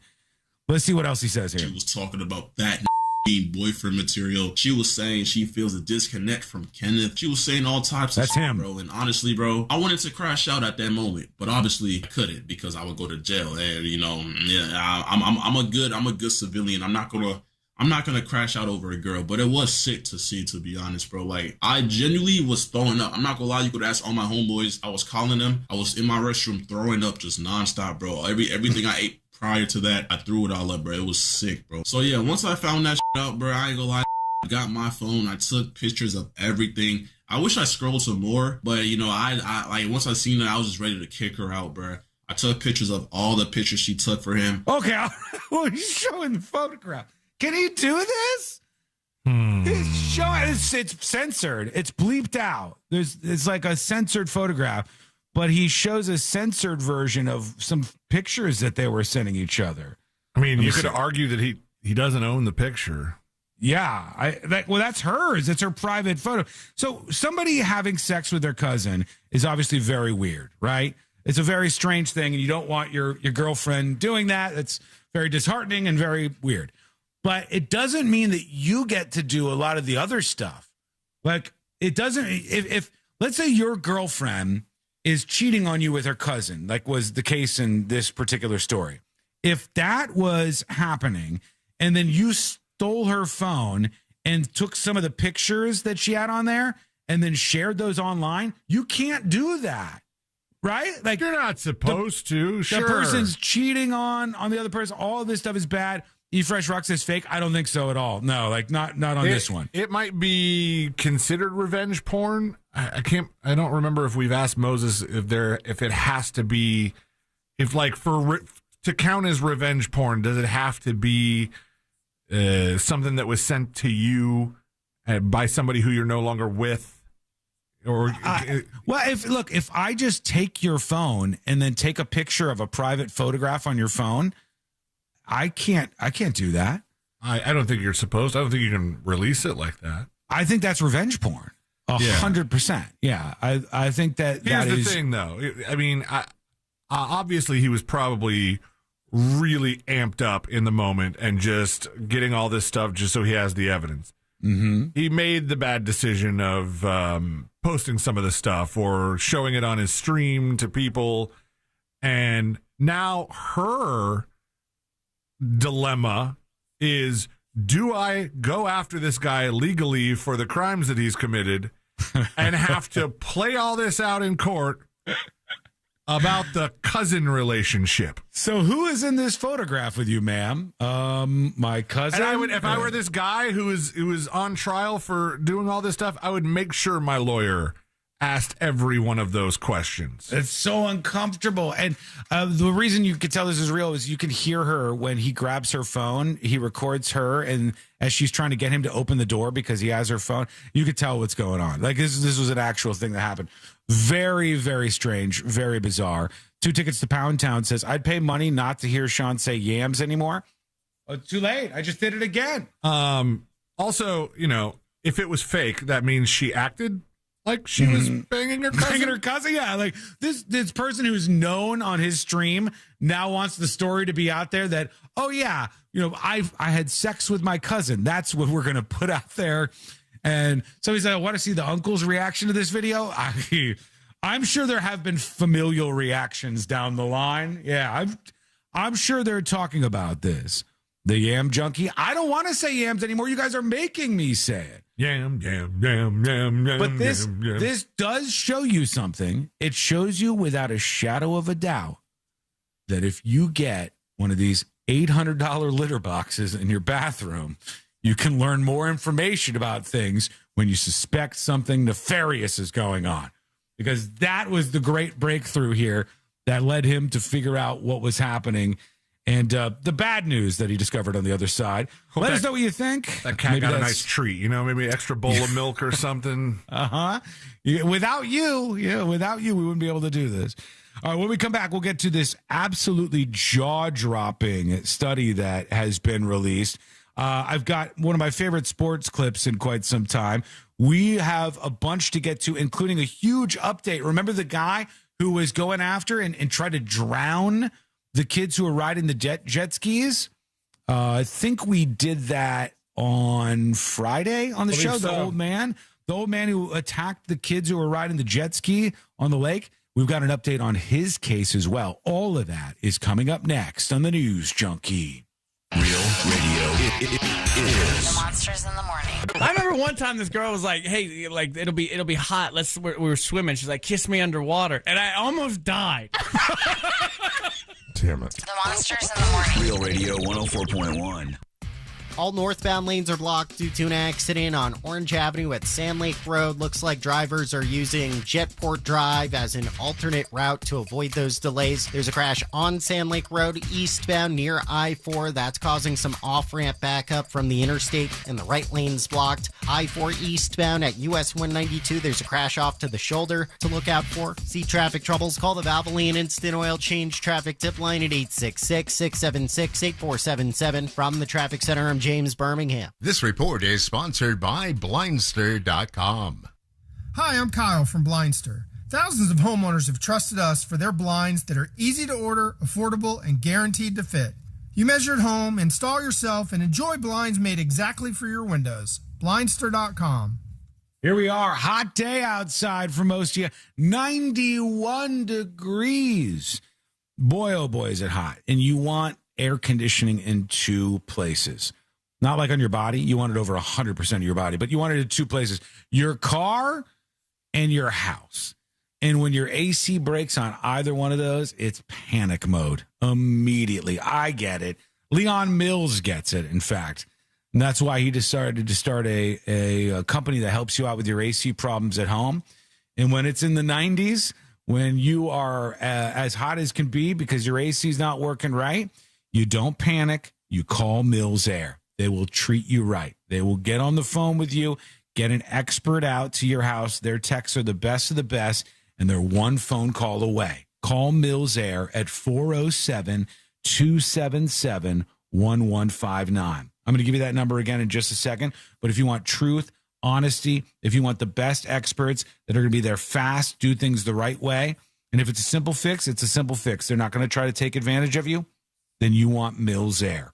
407-277-1159. Or find them online at millsair.com. Keep listening for the next chance to win your way to our iHeartRadio Music Festival presented by Capital One. Hello. Welcome. Do you guys think that gentleman was in the wrong for sharing that information? The PP Poopa Man says, I just saw that they might be trying to blame bad weather to cancel the White House UFC event. They're taking a page out of Morgan Wallen's playbook. I would be very surprised if they canceled that. Because if they canceled the UFC fight at the White House, that would make this whole thing an undeniable cluster F. You announce that there's going to be these bands performing, and then you call the bands call it off, and then you call off like the whole thing in a huff, and then you like, all right, we got the UFC match that's going to go on, but no, we got to call that off, and then people are confused as to what's happening, what's not happening, and when it's happening, and boy, I'd be very surprised. It could happen, but I'd be very surprised if they fully canceled the event. Perfect time for that girl to start an OnlyFans? Probably true. Probably true.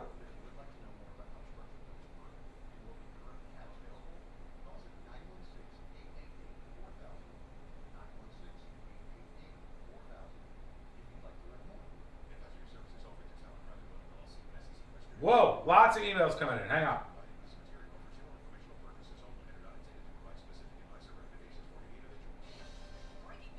All right, don't forget, you can gift subscriptions to the website, premium access, and secret shows by clicking the gift icon. Easy to do. Get a shout out on the show. And you get to claim a gift for gifting. So if you give 5 subscriptions, you get to claim, well, 5 points worth of stuff. Could be random magnets. It could be exclusive stickers. There are exclusive pins. And right after you gift the subscriptions, which other users will grab, and you get some excitement from seeing those emails come in, it'll say, hey, what do you want as your reward? Hit the gift icon on thenewsjunkie.com. Uh-oh. Hang on, minor problem. Let me fix it.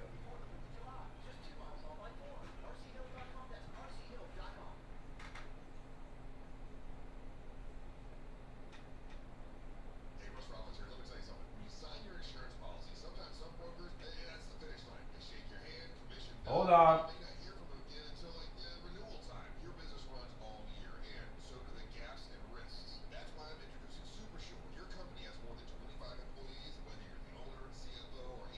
Okay, connection restored. Gotta refresh chat. There we go. Good to go. We're back in business. Did Spencer Pratt win his runoff? No, Spencer Pratt, it looks like, is going to fall behind. Now, the biggest bombshell on that one is, Los Angeles is way too big of a city, and California is way too big of a state to be operating in this way. The idea that there could be ballots that are still in the mail and haven't even arrived, and those ballots would still count this late, means that every election that you will have the immediate ballot reporting, and then you have things shift dramatically over time, which is 100% going to cause people to lose faith in elections. I have no evidence that they have stolen that election for the other candidates against Spencer Pratt, but the conspiracies are flying around out there like crazy, and part of the reason for that is the way they handle elections in California. I am a big proponent of we should have election day. It should be a national holiday. Everybody should go vote. They should leave the polls open long enough that people can get their vote on. And then when everybody's done, they should have an instant tally and tell you who won the election so we can move on. The idea that we do things backward like this in 2026 is really bizarre to me.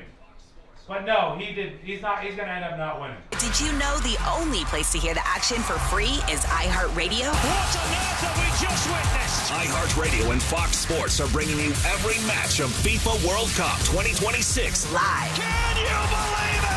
Every unforgettable moment, wherever you are. Lock in your preset now on the free iHeartRadio app. Just search World Cup. And don't miss the U.S. men's team's first match Friday at 9 p.m. Eastern.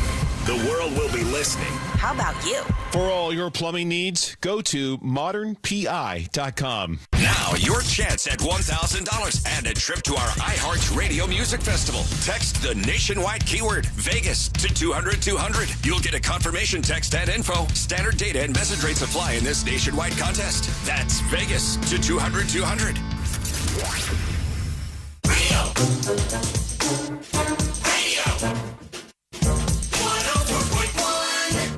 No one's really sure what all C-Lane's buttons actually do. This is the News Junk.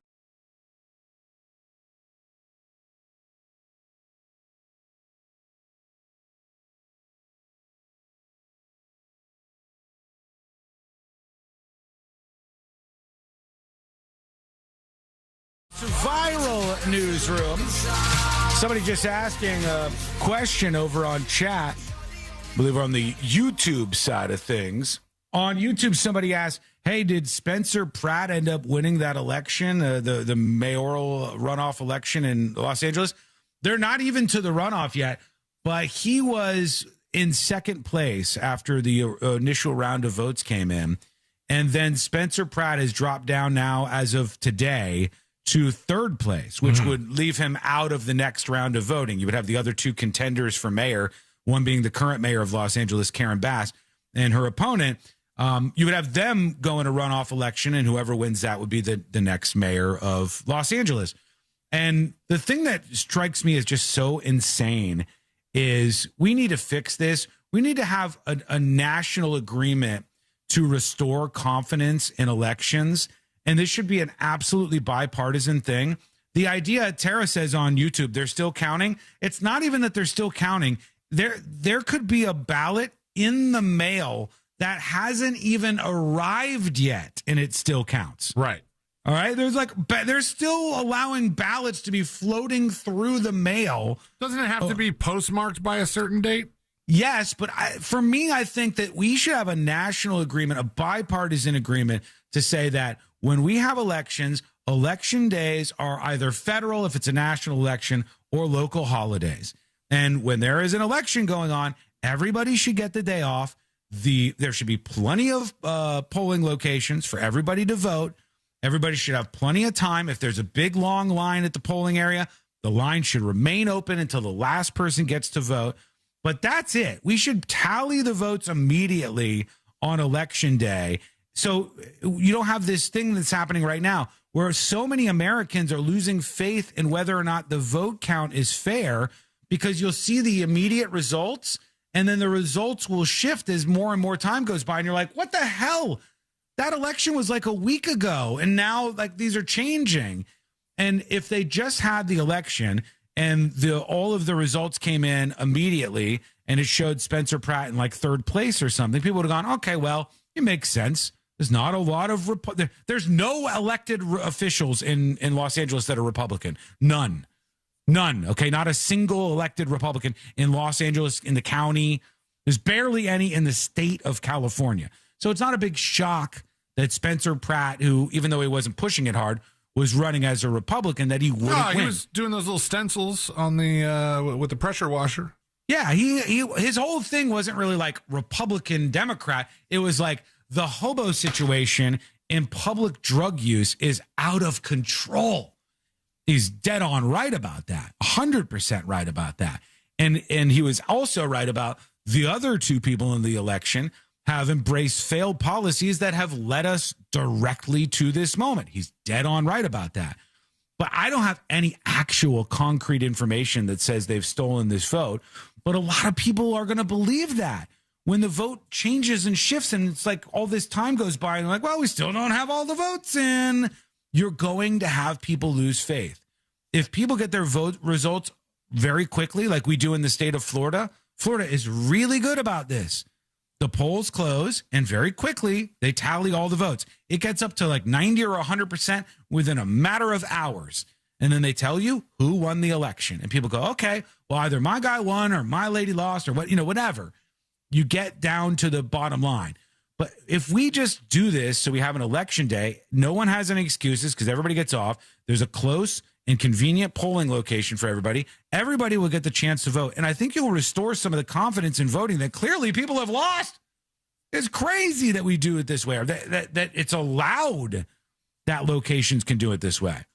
And by the way, I'm not against mail-in voting as long as everything is above board and people aren't cheating. I think we should have fair elections and people should have to prove that they're registered to vote and that they're legal citizens and stuff. Do you? I'm fine with mail-in voting. How do you feel about the way the Bahamas do their elections? How do they do it? That they don't serve alcohol until the voting is done. Oh, I don't know about that one. Well, you know what? If you can drink when the voting's done, everything's fine. But the cruise ships, yeah, I get screwed. I also like what they do in some Middle Eastern countries. So, for example, in where Iraq, the women can't vote, you like that? That's not what I was saying, and you know it. That's not what I was saying, and you know it, sir. In some countries, like Iraq, for example, when somebody goes to the polling place and votes, they make you dip your finger in this ink that you can't get rid of for like a week. So you can't go back to the ballot because it's as if you robbed a bank and the ink pack went off on you. Caught red-handed. Yeah, literally. Yeah. If you try to go back and vote, they're like, we can see. And we know you've already voted, old purple hands. And they can get you on that one. I don't care the ins and outs of exactly how it works. Like I said, I think voting by mail is plenty fine and absentee voting is plenty fine. But I think you should have deadlines so that all this stuff can be tallied on election day. That is crazy that there are still votes going on and there's drastic shifting of who's in first and who's in second and who's in third place so long afterwards. And even though there might not be any funny business going on, I don't blame people for thinking there is because it just looks bad. You want your answer and you want it day of, and there's no excuses why they don't do this. But I do believe that it should be a holiday that people can get off so everybody can vote, so it can be a big national to-do, so we have like a shared experience of, well, we've all fought for whatever we thought was right. Now it's election day, but we're not like, well, day of looks like this person's winning and this person's in second place. And then, oh, no, hold on. Things are drastically shifting here as time goes on. It's just not good. It's not a good strategy. We need people, every single possible person, to believe that the vote is fair. And too many people do not believe that these days. And real quick, I'll work all of this crap into to tie it to this since it's a political thing semi. It shouldn't be really, but it is. The story I was talking about with pretty crazy results was, this is from the Associated Press, but I'll bring up some other examples here. There was this poll that said fewer Americans see the country as exceptional as we approach the 4th of July and the 250th anniversary of the United States of America, which is a bummer, man. I hate that. I hate that anybody thinks that the United States isn't great or that being in the United States sucks. But it says, as the U.S. prepares for an extravagant celebration of its founding principles, fewer Americans see their country as exceptional, a new poll finds. The survey from the Associated Press says there's jarring contrast as communities around the country commemorate the 250th anniversary of America. Only about 1/4 of Americans said the U.S. stands above all other countries in the world, a new poll found. I mean, that's just painfully obvious to me. I think just knowing a bit about the world and other countries and their failures and limitations and how much self-reflection they do and those sorts of things. And then the United States, I just happen to think I agree with those 1/4 of people. I wish there was more of them. While 44% say it's one of the greatest countries in the world, along with some others, about 3 in 10, which is up from 2 in 10 about 10 years ago, 3 in 10 say there are better countries than the United States. In fact, it goes further than that. And I don't know if, did I say this? I did. Here was the craziest one to me. This university poll, getting ready for America's 250th anniversary, they asked the question, is there any other country on earth you would rather live in than the United States today? I think at least I thought for most people, the answer to that is, no, there's no other country on earth I'd rather live than the United States. We have the preeminent spawn point for a million reasons. We have the best weather of any other country on the planet. We have the most gorgeous topographical variety of any country that you could ever think of. We have an amazing variety of human beings. We have the most diverse culture on the planet in the United States of America. And only in the United States of America can a person move from Beijing to any major city and be around a bunch of people like them who speak their native language and eat their native food and cook it in restaurants. It only happens here, baby, in the United States of America. That's where this happens. So I would have thought most people would be like, yeah, we're blessed. There are so many places you could have been born where things are much worse, whether it's weather-wise, whether it's freedom-wise, there's a million things. We're blessed to be here. But when they ask people, is there any other country on earth you'd rather live in than the United States? 35% of people said yes, they'd rather live in another country. 35%? Yeah, 35% of people said they'd rather live in another country than the United States today. 42% of women said yes, they would rather live in another country than the United States of America. 42% of women. That was the highest category. 42% of women said that they would rather live in another country rather than the United States of America. Younger people was a bit higher. Nothing was as high as women, other than when you go to political leanings. Republicans, only 10% of Republicans said there was any other country they'd rather live in than the United States. 90% of Republicans said USA number one. Of independents, 38% of independents said that they would rather live in another country than the United States of America. Kind of wish they would have pushed him farther and told him to name the country. Yeah, like if you are like, you know, when they tell us when they bring us into meetings here at the radio station, mm-hmm. and they tell us about our ratings and about how they have really analyzed the ways in which people listen to your content and stuff, and they go, listen, Shawn, C-Lane, mm-hmm. when your listeners turn you off, here's what they turn on. They tell us the radio stations that they bail to, when we have some bailers every now and then. Yeah, not only are you sucking, but these people are winning. Yeah, what? And I want to know, if you are not if you think there's somewhere you'd rather live than America, what's the breakout of those countries? What's your answer? Well, I'll take those answers via email, and you can be anonymous if you want, or dispatches over on the website. And the other category that was the biggest number was Democrats. When they asked people, are you a Democrat, Independent, or Republican? And they said Democrat. And they said, is there any other country on earth you'd rather live in than the United States today? 55% of Democrats said they would rather live in another country than the United States. That's a shame, man. That's a real shame. I hate that that's the case. We should be able to say that we appreciate the United States no matter who's in the White House or what's going on. And there's just a million things about this that stand out to me. But I think some of these people, somebody mentioned in chat, there's not enough people who know what things are like in the world. For instance, Meep says the USA is hostile to women these days. If you think that the United States of America is hostile to women, you should go to every other country on the planet. And then you'll realize we are very tough on ourselves, but the fact is we're still leaps and bounds beyond so many of these other countries. And that's just what I believe. But apparently there's less and less people thinking that. Let us know what you think. Send a dispatch over to newsjunkie.com right now. All right, quick break. When we come back, we'll get into jury duty. I told you an update. We got an update on that guy who tried to drown the kid who was in the fight with him over the jet ski. If you didn't see that story, it's a crazy one. And I have a big update for you that's coming up next on the News Junkie. AI can predict your behavior. We can barely predict our own. Real Radio 104.1. Guaranteed human. This is three-time Pro Bowler LeVar Arrington. Here's what's trending from the iHeart Sports Network. Presented by Rasmussen University. NFL offseason work continues. The Dolphins with their final week of voluntary OTAs starting today. The Bucs begin more OTAs tomorrow. And also tomorrow, the Jaguars begin their mandatory minicamp. In the UFL, the Orlando Storm season is over. They fall to D.C. 28-22 in the UFL semifinals. 11-0. Ryan says, Scandinavian countries are high on the happiness scale, but lots of European countries are struggling with immigration problems. Well, absolutely they are.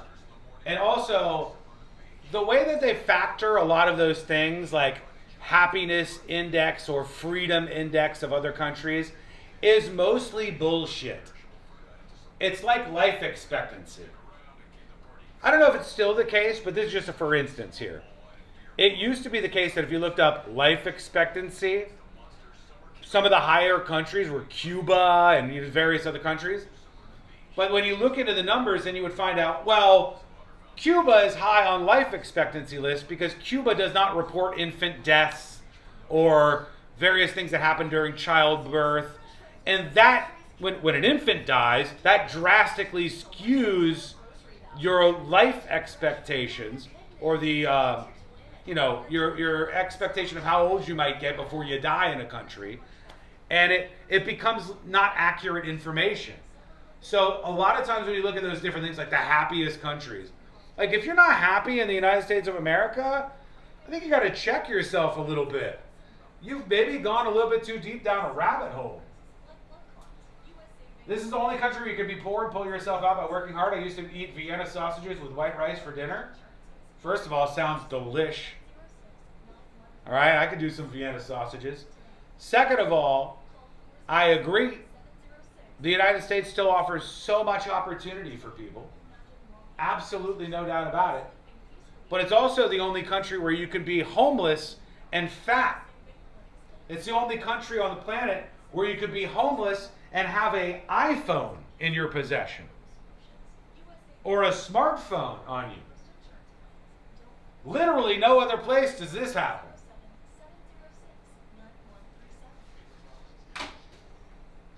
Americans are a bit spoiled. Shawn did a lot of Vienna sausages when he went to Austria. How rude. I have a feeling that Shawn hasn't been to too many other countries. I have. I've been to many other countries. Thank you very much, though.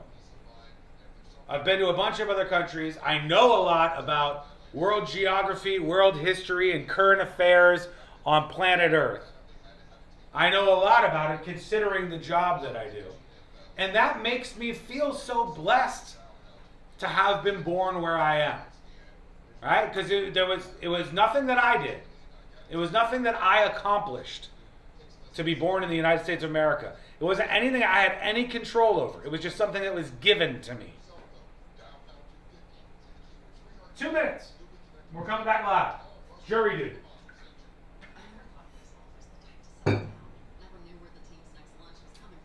Vienna sausages stink, by the way. Nice shout out, Shawn. As a naturalized citizen, I came from a poor country. This is the best place in the world.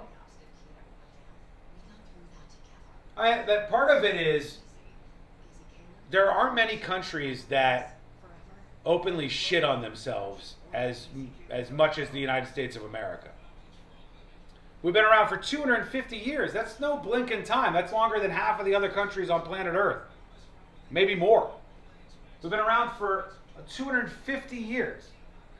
And there's been terrible history and bad things and good things. But no other country on the planet has as much self-reflection and is as self-critical. Literally no other country is as self-critical as the United States of America and its citizens. That's a special thing, in a good way and a bad way. But ladies, come on. Is it abortion? Is that what it is?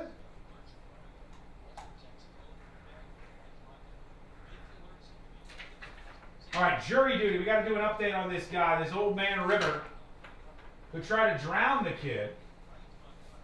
That's coming up in just a moment. The alerts that can make all the difference. Save up to 30% off your first year with the promo code BECK. LifeLock.com. 800-LIFELOCK. 1-800-LIFELOCK or LifeLock.com. Use the promo code BECK at LifeLock.com. If you want your windows there and wait, pick up the phone and just text Reese. Win $25,000 in new impact windows from Reese Windows. Pick up your phone and text the word TRUST right now to 20129. That's TRUST to 20129. iHeart's Yacht Rock Radio goes commercial-free every weekend. Smooth sailing with the greatest from the 70s and 80s. Just open the free iHeart app, search Yacht Rock, and start listening now. Hi, I'm Kyle from Blindster. Thousands of homeowners have trusted us for their blinds that are easy to order, affordable, and guaranteed to fit. You measure at home, install yourself, and enjoy blinds made exactly for your windows. Blindster.com. Need a new roof or windows? Visit hbnusa.com. Radio 104.1. Helping to spread awareness, or whatever the new buzz term is. We're not actually doing it.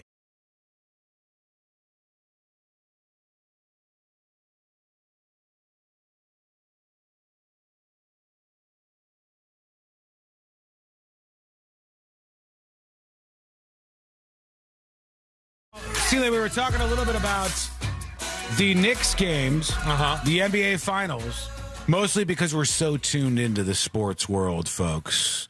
Absolutely. We follow sports around here. We are the top authority on sports, and we know what's going on in all things NBA for the NBA Finals. And that's how I know the President of the United States is expected to attend Game 3, along with our very own Joshua Marie Fowler. he might be there. I don't know if he's going to be able to afford it. But I don't even think he has the money to get on the subway to go buy the game, like go near it. Everybody who's going to be in this game must be rich. Oh, yeah. They must be rich because tickets are like $10,000 to go see the Knicks play because there's so many celebrities and rich people in Manhattan, and they love the Knicks. They love NBA action. They want to support their team. And they've exploded the marketplace for these NBA Finals tickets. So they're like $5,000, $6,000, $8,000, $10,000 for one seat to one game. So it makes me feel a little bit less bad about this. But because Trump is going to be there at Game 3 tonight for the NBA Finals, Knicks fans have been told they have to arrive 2 hours early to the game. Jeez. So they got to show up for their seats 2 hours early. It's going to be a mess. Yeah, it's going to be a nightmare. And they're all rich people, or at least you would imagine from the ticket prices. Nobody else is swinging that kind of cash out there. So they're probably not excited about that. Josh catching strays. Well, Josh might finagle a ticket. What do we know? I don't know. Probably not. Probably not with the prices that I see. But that's what's happening there. Let's get into this. Let's do jury duty. Court is now in session, so put your phone down and pay attention before we call the bailiff over to whip your ass. You're now on jury duty with the News Junkie. Jury duty brought to you by the one, the only Mo DeWitt of the DeWitt Law Firm. Injured on the go? Just call Mo. 800-CALL-MO, 800-CALL-MO, or go to justcallmo.com. After an accident, there's lots of attorneys trying to get your attention, but trust me, you're going to be in real good hands with Mo DeWitt. 800-CALL-MO, or go to justcallmo.com. An update on that old man. He's 70 years old, and he is the one who decided to attack the young man on the jet ski, the guy who was wearing crutches, who said, "You're not going to attack a cripple, are you, sir?" And the man said, "Hold my beer. I will do that." And he tried to drown this kid because the younger folks, the 21-year-old in particular, was with a group of people riding jet skis that annoyed this 70-year-old man. But now we know a little bit more about his charges. Here we are. Man 70 accused of trying to drown jet skier. We played this video on the show on Friday. He looked very sad in court. Look at him. Yeah, very sad. Face a little beat up. Yeah. He's got like a big black and blue on the side of his face. A Massachusetts man is charged with attempted murder after he allegedly held a 21-year-old man using crutches underwater during a fight at a lake. Stephen Dana, 70, was arraigned Thursday afternoon on multiple charges from attempted murder by strangulation to assault and battery on a disabled person, which is interesting that just being on crutches gets you like the disabled person, gets you that like charge. Why not?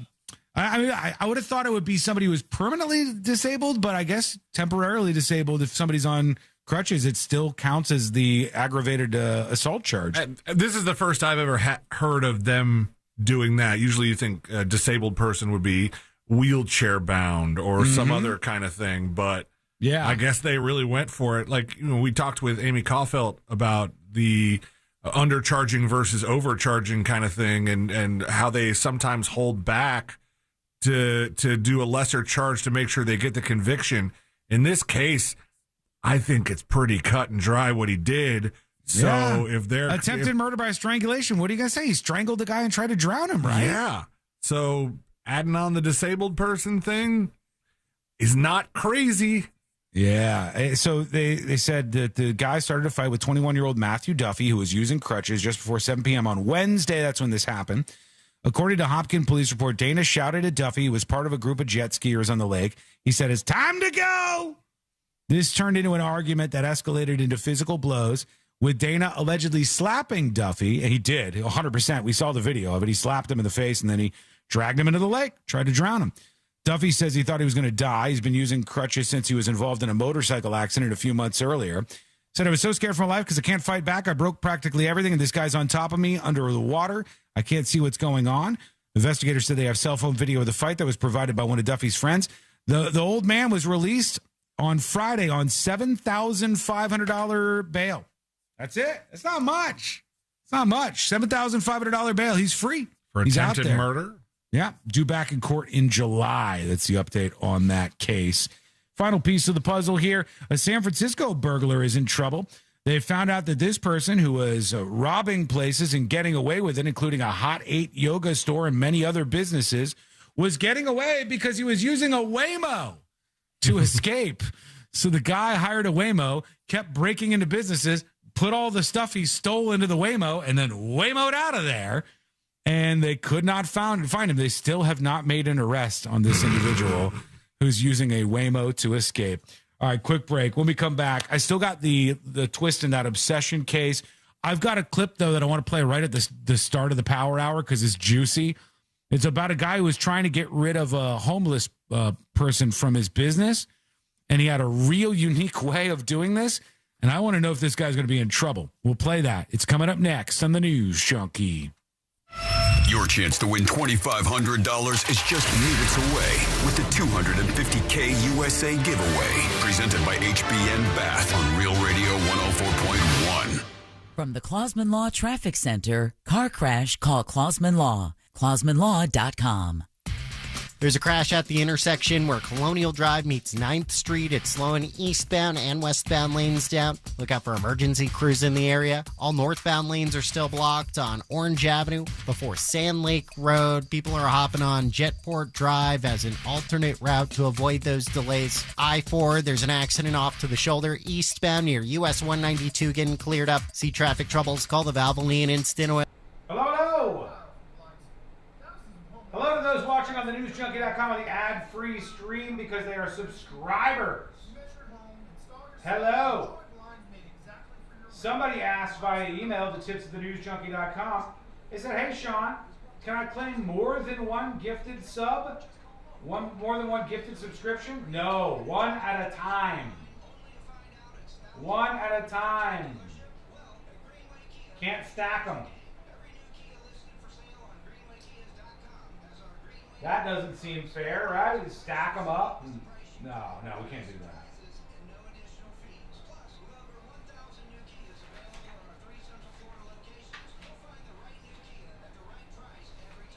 God, we got so much to try to work in the Power Hour here.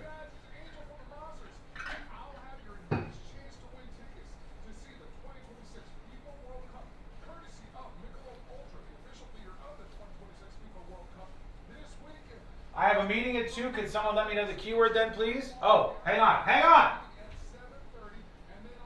Keyword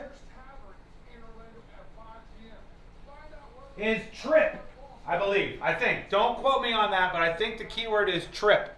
There's your heads up. All right? You got to wait 30 seconds or so. You know, you got a little bit of a feed delay. You can't do it until 2 o'clock. But I think your next keyword is trip. All right? Meep, you're welcome. Sending gifted subscription magnets out soon? Yes, I said that at the beginning of the show.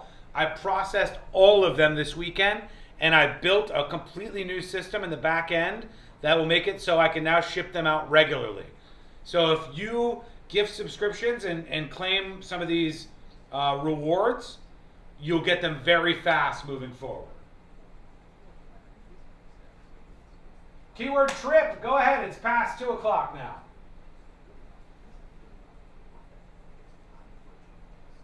Thank you, crazy drunk cat lady. Hey, Tara. What about people who redeemed magnets on Twitch a couple months ago? I have one last stack right here. This is the big, fat, thick stack of people who are Fritz on the street or are magnet redemptions. And I have you right here from March 25th with a reminder on May 3rd. I have Abraham Dragonfriend.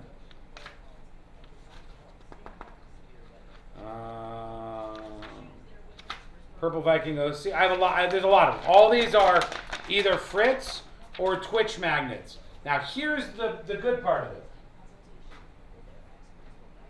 I built this system this weekend, and moving forward, when anybody wins, let's say Fritz on the street or Rate My Blank, when we're doing that, when anybody wins anything like this, I can now send you a link, and it's a link just for you that expires. And when you go to the link, it says what you're winning. You fill out the information, and your information goes into my back-end system.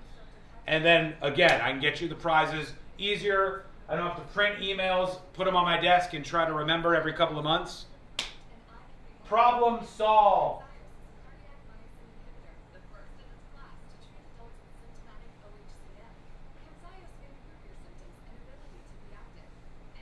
Two minutes and we're back live. Did anybody ever get the TNJ Chat Beta Magnet prize? No, but there is going to be a TNJ Chat specific exclusive magnet this year. 100%. This year. 90 seconds. Into his where? Into my back end. Yeah, my back end. Into my dashboard. Right there in the back end.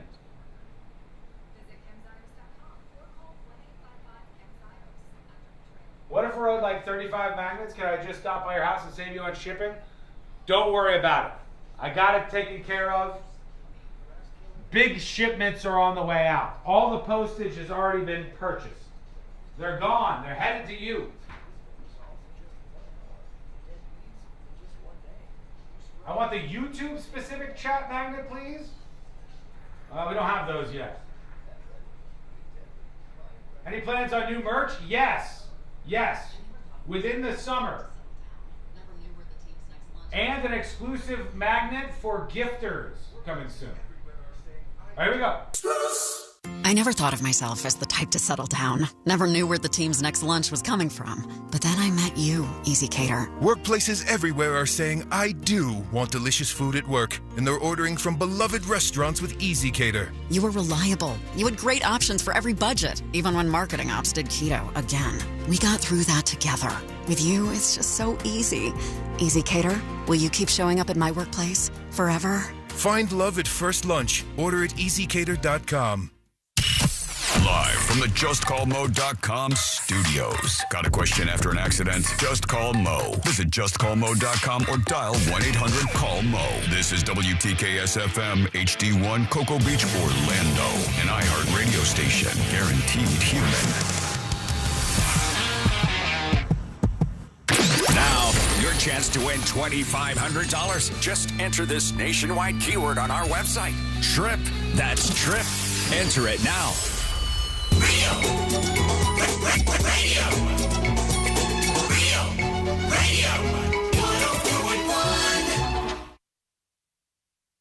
Between high society and prison tattoos.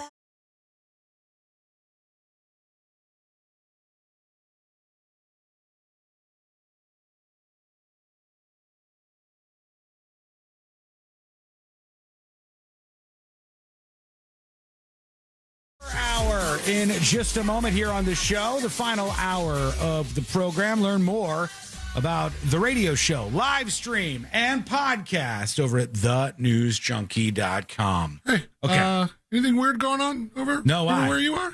No, why? What's happening? Because I was just sitting here getting ready for the commercial break to be over. Yeah? And I'm like, the room is moving. Oh, that's crazy because I see people saying that on chat, too. Yeah. Oh, they did? Yeah. Okay, so I'm sitting in here by myself, and I'm like, I'm shaking. You think you just got an earthquake? I'm swaying, and then I'm looking out. I don't see anything that would be moving. But then I see Deborah Roberts looking out the window. I was like, "What are you looking at?" She goes, "Did you feel the building move?" And I was like, "Good, yeah, thank God, yes, I did. I thought I was going crazy." Yeah, there's people right now. It says my apartment building was just shaking. There's people saying this right now. If you're in chat and you just felt a big, gigantic live shake, let us know. Did we just get a tiny earthquake? I don't know. That's very weird. That's quite strange. We don't get a lot of earthquakes. The show is based out of Central Florida in Orlando. We get a lot of earthquakes in Orlando, but right now people are saying the room is moving. What the heck was that?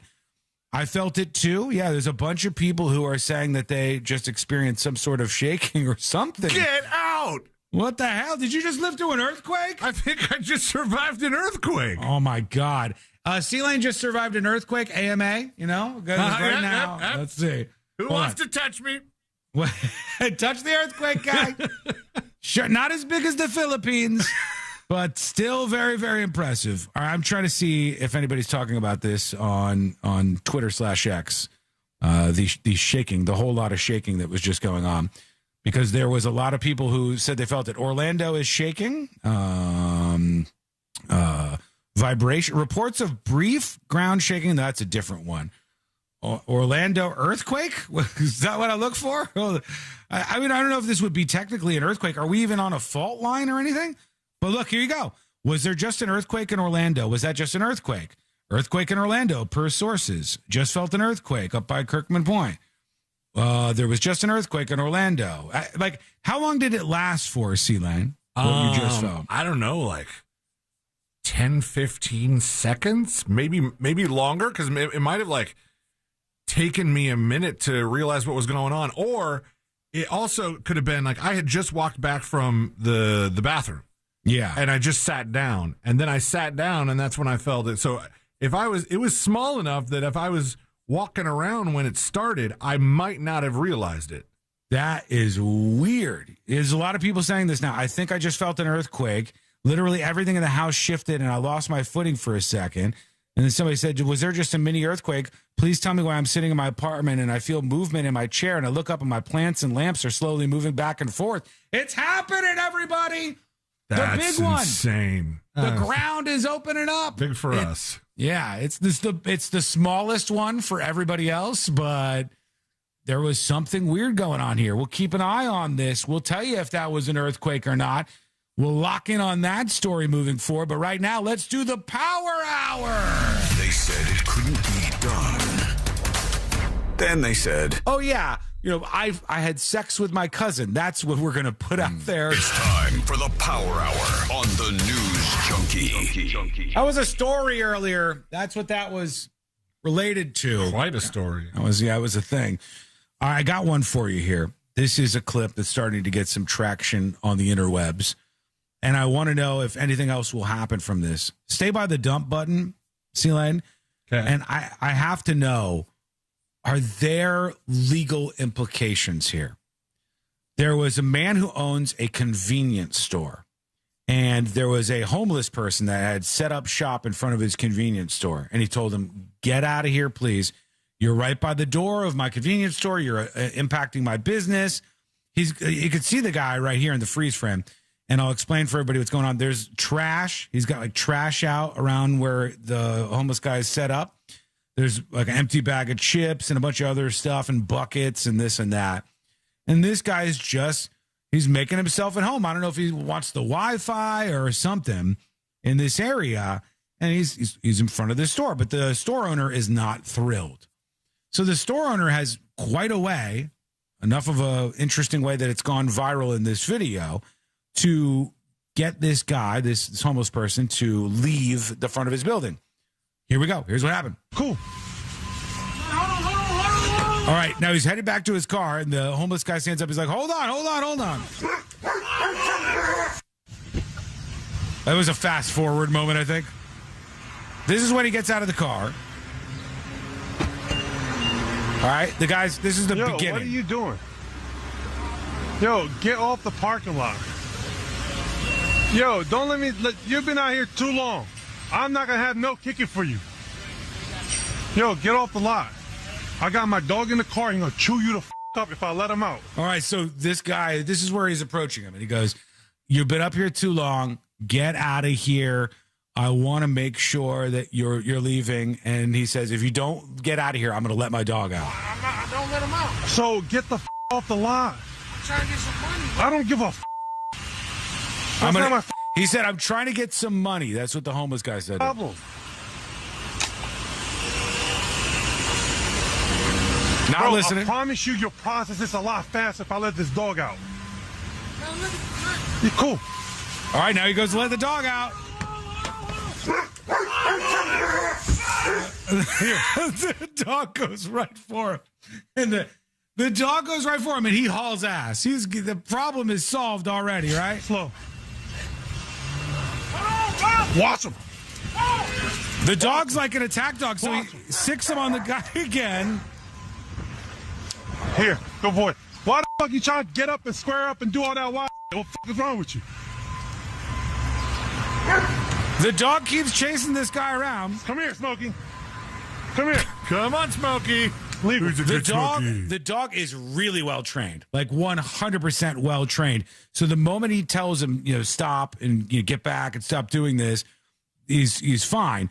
But he sent him after this guy that he wouldn't leave, and he went after him, and the guy left. And I'm like, can you weaponize your dog like that?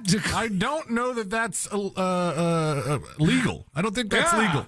I don't know if you're allowed to do that. Wait, also, what kind of dog is this? It's a big dog.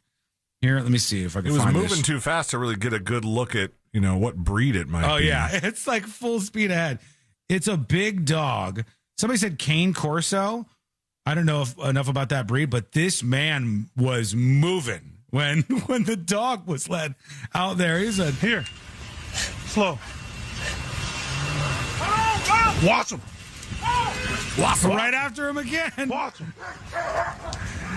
It's effective, man. I don't know if you're allowed to do that, but it's effective. It sounded almost like he was saying your last name. Is that the command for telling the dog to? I thought it was sick. Oh, watch him. Watch him. Yeah, he goes, watch him, and then he hauls ass.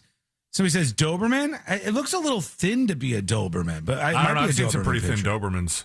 Yeah, and maybe that's what it was. The guy had a very good level of control over this dog. The dog was very, very well trained. But can you do that? Can you say, I'm protecting my business. I want this guy to leave? Essex said, I didn't see any contact. I can't tell if the dog bit him or not, but he was going for it. He was trying. Can you train a dog to run at somebody and not bite them? I don't know. It seems like a terroristic threat. Like, the police do it though. Yeah, they do it to people who have hurt people, who have suspected criminals. Yeah. But this is a little different. Like, he said he's protecting his business. from what? A stinky man being outside asking for money? Yeah, from a hobo. It's not protecting the business from, somebody who was like, had a sledgehammer and started just like swinging, trying to hurt the business, hurt people. That would be a situation where I think you could, watch them. Put that on the list for Mo, though, because I've never seen anybody it's do that. Monday and I've already hit this list I'm like 4 sorry. times. No, I'm not mad at you. All right, hold on. I do have an update on the shaking, the whole lot of shaking going on. This is a reported earthquake just north of Cuba, northwest of Cuba, a 6.4 magnitude earthquake. Our friends in West Palm Beach may have felt this too when it happened, and elsewhere, people listening elsewhere across the state. So just if you're just tuning in, there was an earthquake. It looks to have been a 6.4 mag earthquake, 118 kilometers west-northwest of Cuba. I don't know if that is going to rip a tsunami warning up from here. Or somebody said it, but I don't know if they're just guessing. Yeah, let me see. Hold on. Yeah, but that's legitimately there was an earthquake 6.4 magnitude at 33 kilometers of depth that happened right off the coast of Cuba. If that does trigger a tsunami, that would be coming for the west coast of Florida, likely. Earthquakes have just been updated. Hang on, let me refresh to see if there's anything new, if there's any other information. They're sticking at 6.1, 10 kilometers deep, and this happened right off the coast of Cuba. I don't know if there's any other stories about this out there yet. I don't see anybody breaking this locally or anybody talking about what happened. Let me just do the rest of the rounds here. There have been people chiming in since we started talking about it. It was funny. There were people actually maybe not even listening that chimed in about this, that said, where is it? Because we've got a bunch of texts coming into the texting service. Somebody said something like, Shawn, did something happen a couple minutes ago? I'm in Metro West, and our whole building shook a little bit. Yeah. People said they felt it in Merritt Island. I'm in Cocoa. My truck was just shaking. That's the other side of the thing. Is this where? Yeah, what I'm showing here is where it was felt in the state of Florida, all the way from Miami to north of Orlando, with a bit more of a focus around the Okeechobee/Port St. Lucie area. So a lot of people, this show originates out of Florida, for those of you listening in New York or elsewhere right now. A lot of people within the sound of my voice were just feeling a big giant shake where we don't usually feel a big giant shake. Somebody says, I'm in Jupiter and we felt it strongly. See, it looks like this was pretty well spread over the state. And C-Lane just comes up to the microphone after I saw somebody say, somebody said, hold the phone. Did I just feel a bunch of shaking everywhere? And I was like, yeah, I kind of felt that. I didn't feel anything myself, but C-Lane came back to the microphone and he's like, I felt it. I was moving around. I think maybe for people, like, you're on the ground level, so maybe there would be less to move around for you. But a lot of the people are saying, like, oh, our whole building shook a little bit. We're on the 4th floor here at iHeart HQ, and me and Deborah definitely felt it. I haven't talked to anybody else because I've been in here, working. But strange. Yeah. So wait, that map that you showed of the tweet one here, the one that's centered in Florida, ESMC, which is Independent Scientific Organization and provider of real-time earthquake info. But this one says it's automatic crowdsourced detection, not seismically verified yet. More info soon. Mm-hmm. And it shows. I would guess that still means it was related to the Cuba thing. Yeah, they're saying the center of this activity was over Lake Okeechobee and felt throughout most of these. If you cut Florida in half, height-wise, if you just from north to south, the entire central and southern portion of Florida apparently felt this. I don't know what automatic crowdsourced detection is. Like, maybe these people have little devices that are not necessarily seismographs, but they have some sort of similar thing. Oh my gosh, I texted a family thread and I was like, anybody feel that earthquake? And one person says, is this going to be a fart joke? No, because nobody's used to it. We don't have earthquakes. We're not used to that happening. One of the hospitals put out an alert that said, asking if anybody felt the building rumbling. Yeah, there has not been a situation in the history of us doing the show where we've had the ground shake underneath our feet. And we may, just so everybody knows, just so we're on board here, you may feel other small tremors as a result. So pay attention now. If you missed the first one, there could be aftershocks that take place here. We're learning more. This was just northwest of Cuba. A magnitude 6.1 earthquake happened 114 kilometers northwest of Mantua, Cuba. This happened about 2 p.m. or right around 2 p.m. There is a tsunami risk under evaluation right now. So they don't know exactly what's going to happen. Let me go to tsunami.gov and see if there's anything. I didn't even know that was a website. No tsunami warning just yet, but they do show. .govs. All right, here's the information about the Cuba. In the Cuba region, here's the message. Oh, okay, here we go. This says, tsunami information statement number 1. This tsunami information statement for the U.S. East Coast, Gulf of America states, and Eastern Canada. There is no tsunami danger for the U.S. East Coast right now. Based on earthquake information and historic tsunami records, the earthquake is not expected to generate a tsunami. And then they said the earthquake, this says 6.4 magnitude, said it happened right around 2 o'clock, that it was 21 miles deep and in the Cuba region.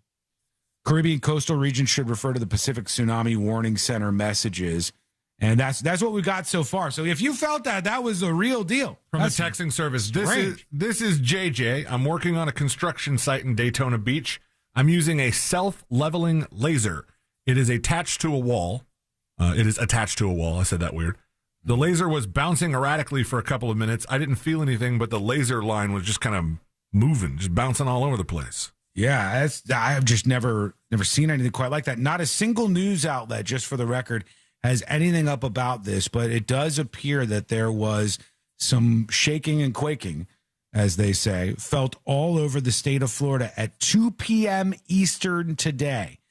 That's when many people felt this. I felt it in Daytona. How about the West Coast?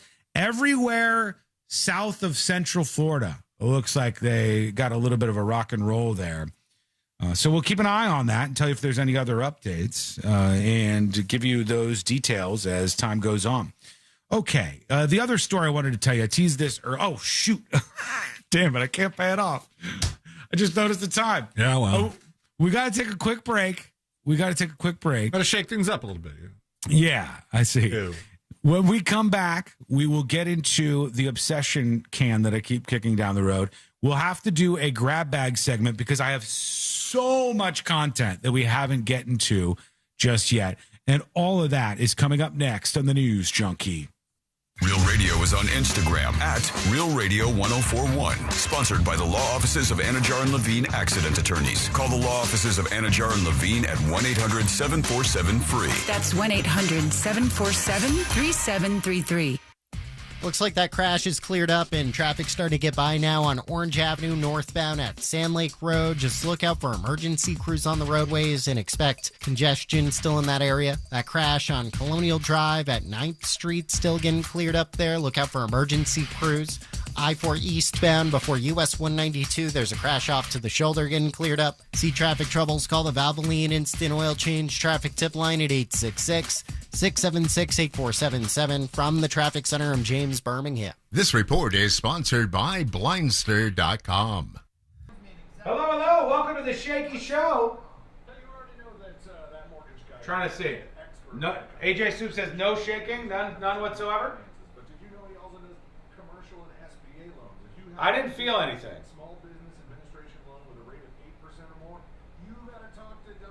Now I'm going to take a wild guess here and say many of the people reporting this are reporting it in tall buildings, and I think the shaking is quite obviously amplified when you're further up in a taller building. That makes sense, right? So you're further up in a taller building, and the shaking is sort of amplified a bit. And so some people on the ground floor didn't feel it. If you're in chat, though, and you were on the ground floor and you felt it, let me know. Let me know where you were. Now I feel like I'm feeling shaking, but I don't know if I'm just overdoing it.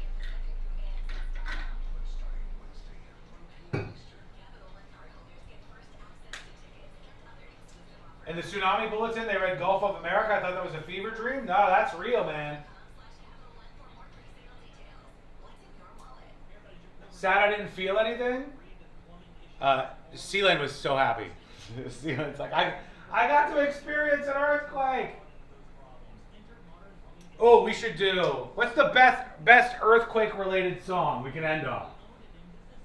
I feel the earth move under my feet. What's that one?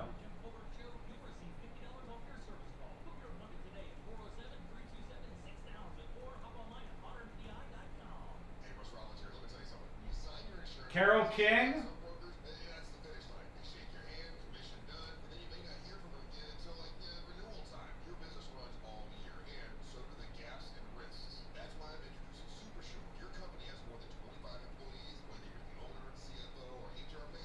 All right, I got one.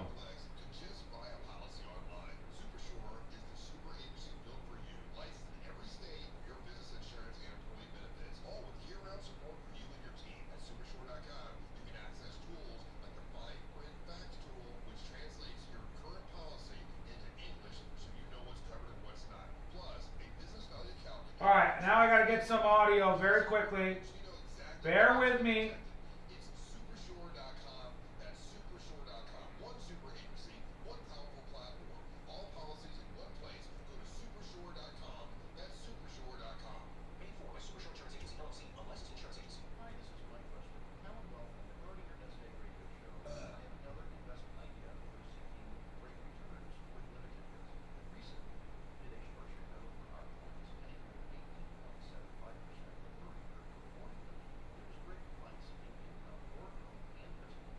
Carole King. I feel the earth. All right.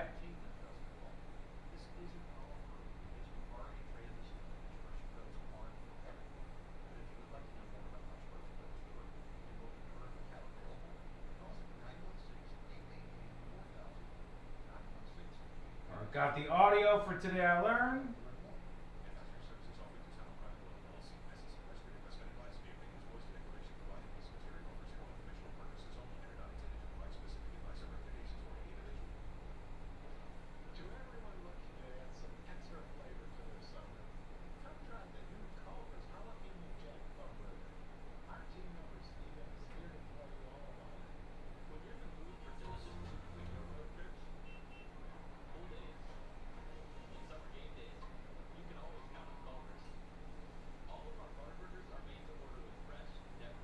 Got that queued up.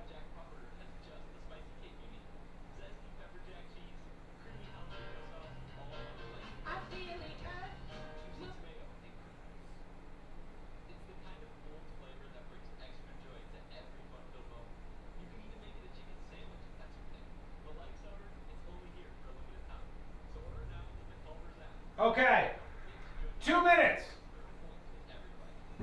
I got a song to end on. We're good to go. The problem is we have so much to talk about and we're not going to get it. Oh, there's some news. 6.4 earthquake reported in Cuba, reportedly felt in parts of Florida.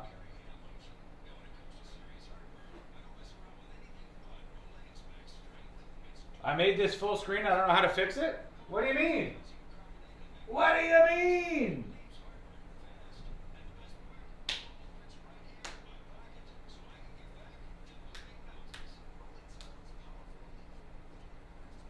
I felt the New York City quake in 2011. I slept through a Chicago quake one time. That was my only experience. My mom called me and she was like, "Are you okay?" And I said, "Yeah, why?" And she goes, "I heard there was an earthquake in Chicago." And I said, "I just woke up and I didn't feel jack shit." All right, here we go. We're coming back, baby. Every budget, even when marketing ops did keto again. We got through that together. With you, it's just so easy. Easy Cater, will you keep showing up at my workplace forever? Find love at first lunch. Order at easycater.com. Some people say soccer culture doesn't exist in the U.S., but it is an American game. And it goes beyond the stats. It's your culture. It's a connecting force. I like watching it with my dad. To the players and the stories. I took an elbow to my head, which cracked my skull. From Futuro Studios, this is American Football, a show about soccer culture in the U.S. and its underdog roots. Open your free iHeartRadio app, search American Football, and listen now. Trajan Wealth, your trusted local fiduciary advisor. Visit TrajanWealth.com. Now, your chance to win $2,500. Just enter this nationwide keyword on our website. TRIP. That's TRIP. Enter it now. Real Radio.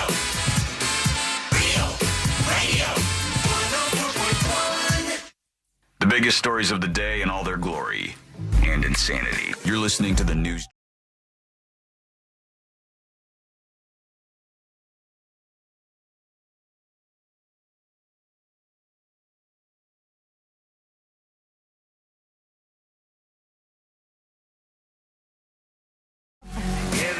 By the earthquake, I guess, that just hit us. This is very weird. We've never had a moment like this in the history of this show. No.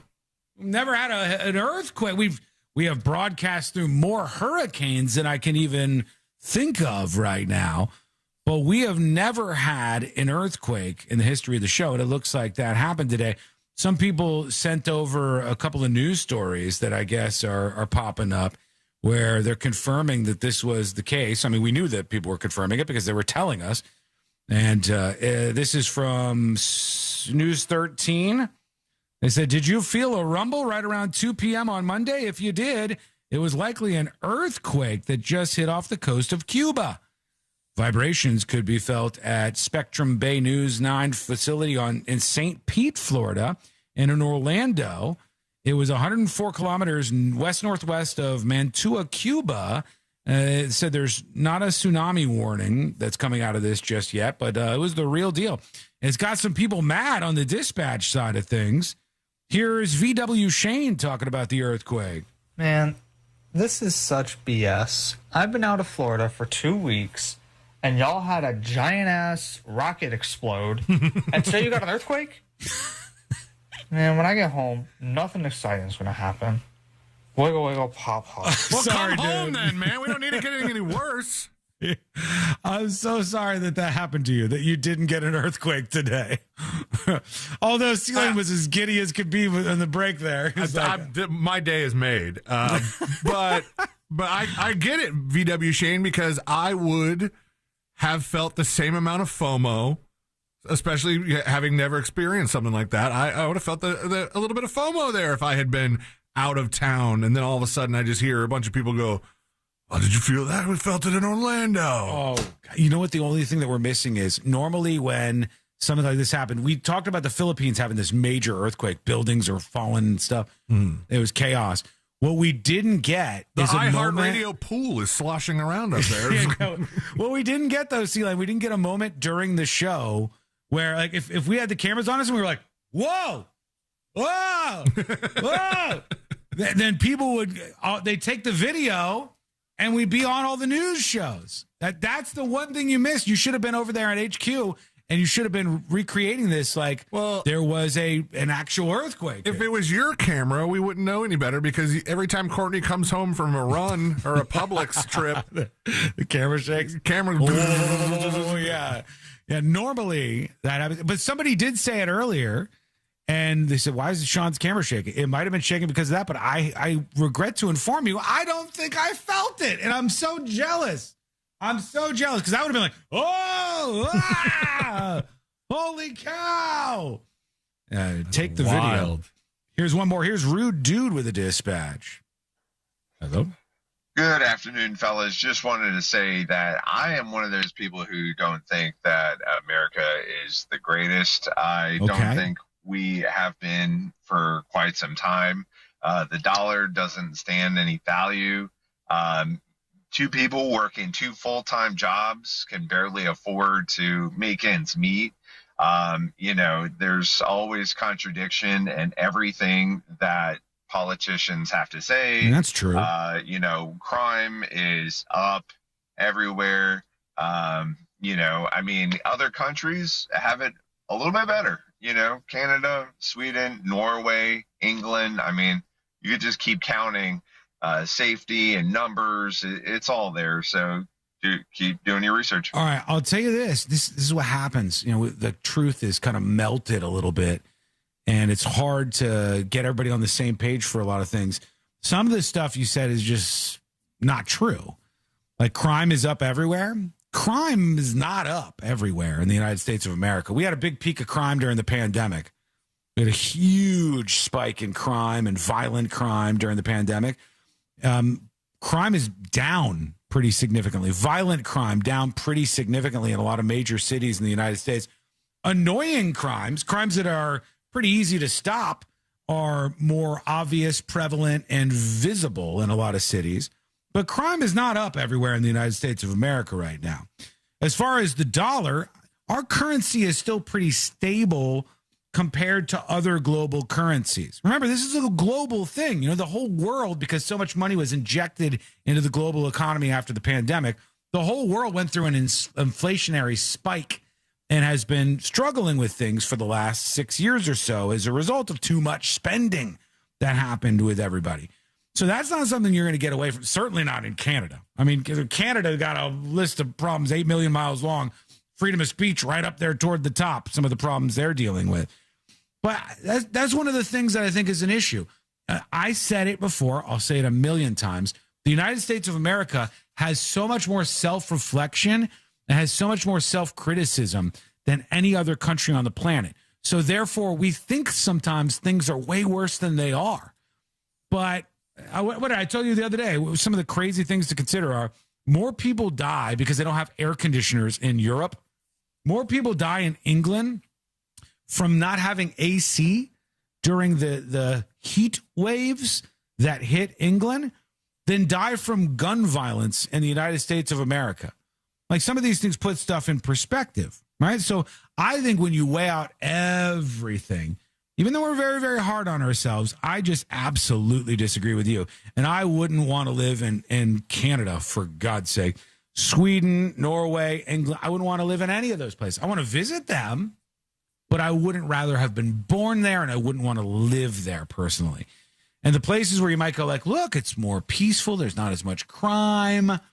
The weather, and because of their geography, is usually absolutely terrible, which is true for anything in Scandinavia or Sweden or whatever. And also, those countries, you think the American dollar doesn't go far. In Scandinavia, their money goes nowhere. They're taxed up, down, left, right, in, out, both holes all day long. That's how it works for them. So I don't know if it's about doing your research. I think sometimes your vibes are what they are and you feel the way that you feel, but it's not necessarily lined up with the truth sometimes. Okay, I need to see what I can work in here because I'm blabbing too much and I haven't gotten to enough of the juicy stuff that I promised I would get to. All right, couple of things. Jeez. All right, one thing I have to work in. We could skip that. Somebody says, "Sup, junkies?" About the cheating streamer. I haven't heard any evidence that this woman and her husband and her cousin were cheating. The only evidence that was talked about was how he saw the text messages about them flirting, about being boyfriend and girlfriend, or showing them yams or whatnot, but there was no evidence of sexual intercourse. The cousin streamer sex story, there was no evidence that they had sex, but there was evidence that they were sending each other nude photographs, talking dirty to each other, talking like they were in a relationship. Using the word relationship or talking about how it's going to be for them when he finds another woman, or it was not appropriate. This is Anonymous, who says 2 reasons people want to live in the United States. You might want to live in other countries before stating the USA is the best place. That's silly. That's like I must live in other countries to know that I want to live here instead of there. You might say you want to visit or learn about other countries. That might make sense. But they send over, the United States is ranked 23rd in the 2026 World Happiness Report, showing a slight improvement of 1 spot from 24th in 2025. I talked about this on Skull Mike a little bit, and a lot of this is, again, Americans having much more self-reflection and self-criticism than any other country on the planet. That's one thing. And the other thing is a lot of these like global safety and happiness and life expectancy and all these things, a lot of them are full of nonsense data. I pointed out on Skull Mike, I said, Cuba, for a long time, they'd be like, life expectancy in Cuba is higher than the United States of America. And you start looking into it and you go, oh, it's because Cuba doesn't include any infant mortality data. They don't include when babies die during childbirth or when young kids die before a certain age. And that's what skews the life expectancy in your country. So they kind of fudge the numbers a little bit to make things look like this. Some of this is going off of vibes. Some of this is going off of numbers. But yeah, I mean, I'm sorry, I disagree. I do agree that this is great. Thank you to Beware for the 5 gifted subscriptions. All right. Over on thenewsjunkie.com. Those gifted subscriptions are available to you if you're not already subscribed, and unlock secret shows for you. Also, 2 tickets to Pound Town. Thank you for the gifted subscription over there. Go grab those while you can. Appreciate that. It's big support for the show, and I thank you. Damn it, I didn't get to so much stuff. We still have a million things to try to work in, and we only have one segment to do it. We'll take a break now so we can have a little bit more time when we come back, and I'll try to fit in everything that I can from today, certainly, that I promised, and we'll see what we could do moving forward. But we'll also give you updates on the earthquake that everybody felt and all the rest that's coming up next on the News Junkie. Real Radio is the Jim Colbert Show. Peace, love, unity, respect. I would wear my knuckles down to a nub punching people in that place. Oh, I thought it's just because you drag them. The Jim Colbert Show, weekdays at 3 on Real Radio 104.1. From the Odoo.com Weather Center, Odoo.com, the only business software you will need. The heat and humidity are starting to ramp up once again, and so will our rain chances, but they remain minimal as we kick off our work week. Hi there, I'm Fox 35 Storm Team meteorologist TJ Springer. We may see a quick sprinkle or two, but we'll stay mainly dry through the remainder of our evening. Through the overnight, we'll fall back in. All right, everybody. What a weird, wild day. The earthquake show. What a strange one. Bella says it shook my yams. Same. Got to hold on to my yams over here. Okay. It's time to rate the show. This is what we do it for. It's time to rate the show. 10 out of 10. It goes into the Hall of Fame. No notes. You liked it. You had a good time on the ride. 1 out of 10. It goes into the Hall of Shame. It's time for you to rate the show. Let us know what you think. By the way, please take a moment. My YouTube friends, I love you. I appreciate you. But I have to remind you all the time, your duty, if you will choose it, and I hope that you will, is to hit that like button on this video. Videos with more likes are showed to more people, subscribers and non-subscribers, and it helps expose the show to an even wider audience. So if you liked anything, if you had a good time, if you enjoyed it, and you think the show is worthy of a like, do that on the stream right now. Greatly appreciated. Thank you for doing that. God bless. 10 out of 10, best earthquake show ever. True. 10 loving cousins out of 10. 9.2 highway fireworks out of 10. 9.2 banging cousins. 10 magnitude show. 9 out of 10 shakes and shimmies. 6.4 Cuban earthquakes out of 10. 10 out of 10 earthquakes. 9.5 yams out of 10. Yamming it up. Yamming it up. 10 Eddie Money shaken out of 10. 1 yam out of 5. Stop saying yams. Well, what? How am I supposed to handle that? Thank you, Peanuts. Hit that like button if you enjoyed the stream today. I really, really appreciate you. So take a moment, hit the like button while I go get Today I Learned off the printer.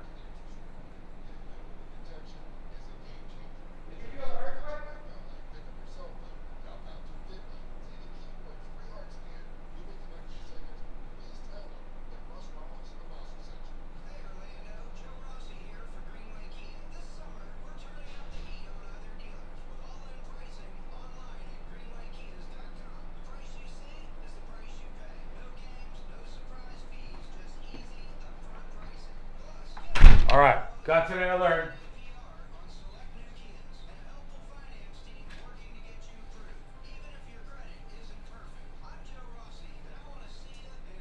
10 out of 10 best sex with my cousin ever? Oof. That's a weird one. Grab those gifted subs, everybody.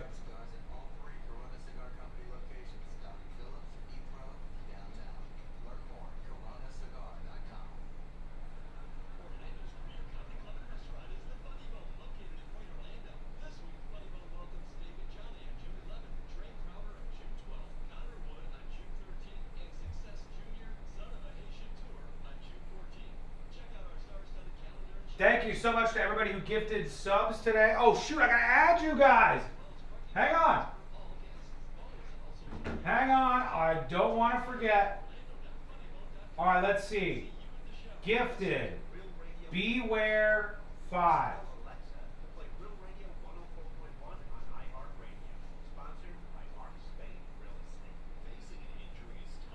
Beware, thank you for the 5 gifted subs. Thank you for the big support. Appreciate that more than you'll ever know. 2 tickets to Pound Town was the other one. 2 tickets to Pound Town. With 1 more gifted sub. Thank you, 2 tickets to Pound Town. Appreciate that. Appreciate that much.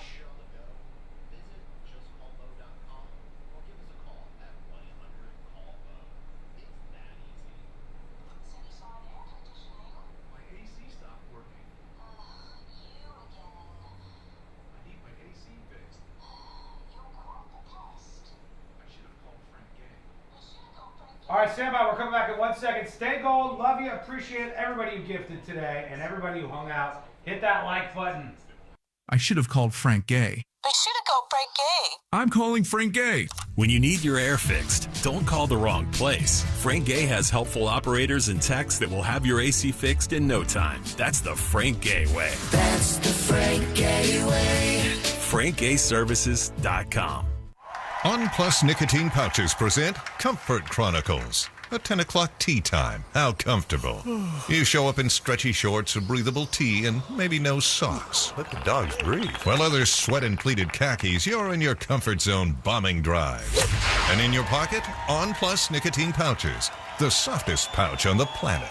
Buy a can at onnicotine.com.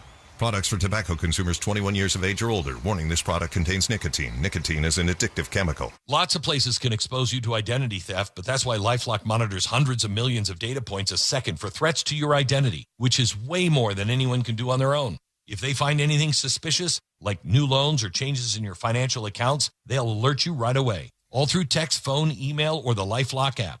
Get the alerts that can make all the difference. Save up to 30% off your first year with the promo code BECK. LifeLock.com. 800-LifeLock. 1-800-LifeLock or LifeLock.com. Use the promo code BECK at LifeLock.com.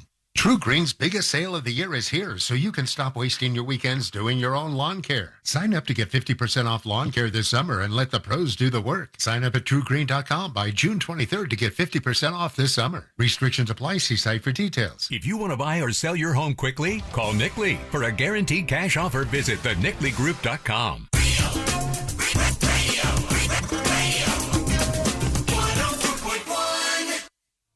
Because the newspapers don't come with cliff notes or potentially offensive accents.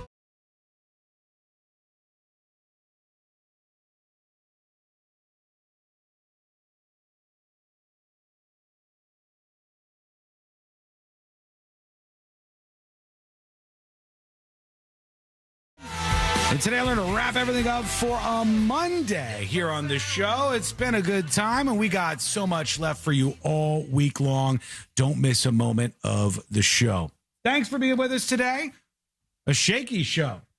An earthquakey show. C-Lane feeling it back there at HQ, and a lot of stories are now popping up about this. So we have that. Now, let's see. Thanks, everybody who gifted subs today. That's greatly appreciated. Those subscriptions, there might be 1 or 2 left on the website. But right now, let's do the final dispatches. These are the final dispatches, but Shawn will probably only play one. Well, we only have so much time, song guy.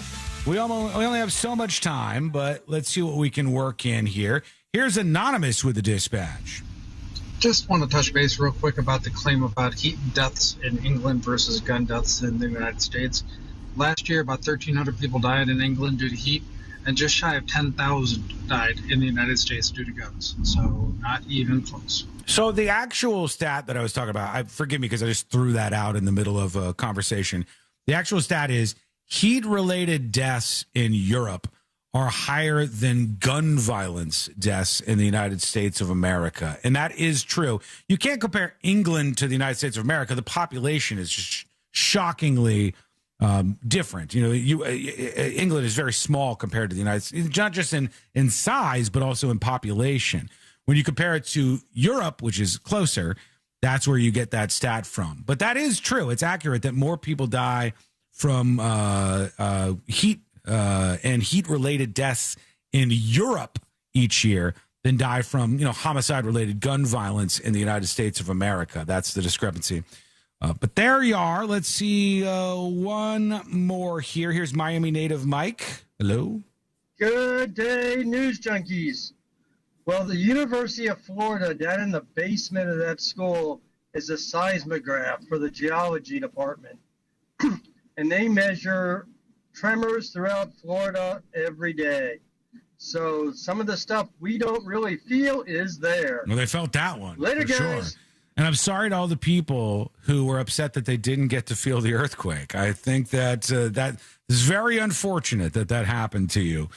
I have so much stuff that we didn't get to do. I apologize for that.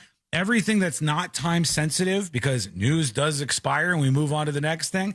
All the juicy clips and stuff that I have here, that doesn't matter if it's tomorrow or not, I will bring to you tomorrow, including the obsession talk and some other things that we'll get to at some point. But right now, let's get the hell out of here. Let's do Today I Learned. The following information may make you feel smarter, but will not actually increase your IQ. So don't get cocky. Now it's time for what we call Today I Learned. It is Today I Learned for a Monday, June 9th, 2026. Today I learned this movie, Mr. Sealand. The Lego Movie. That's right. The Lego Movie, even though it looks like stop motion animation, none of the animated scenes use real Legos. Instead, animators use the Lego Digital Designer, and they scanned minifigures, or as we've learned as of last week, minifigs, to capture seam lines and defects. And that's the way they ended up creating the special, different, fun animation that they use on the Lego Movie, which is kind of fun for kids and adults alike. And Never finally, today I learned this lady right here. I feel the earth move. No clue. Carol King. Carol King, that's right, Sealade. Carol King has written or co-written 118 pop hits on the Billboard Hot 100. She also wrote 61 hits that charted in the UK. She is the most successful female songwriter on the UK single charts between 1962 and 2005. And she's got an earthquake song. All right. Thank you so much for hanging out with us. We do appreciate it. We're back tomorrow, Shut same up, time, Bootsy. same place. Missed any of the show? Get the podcast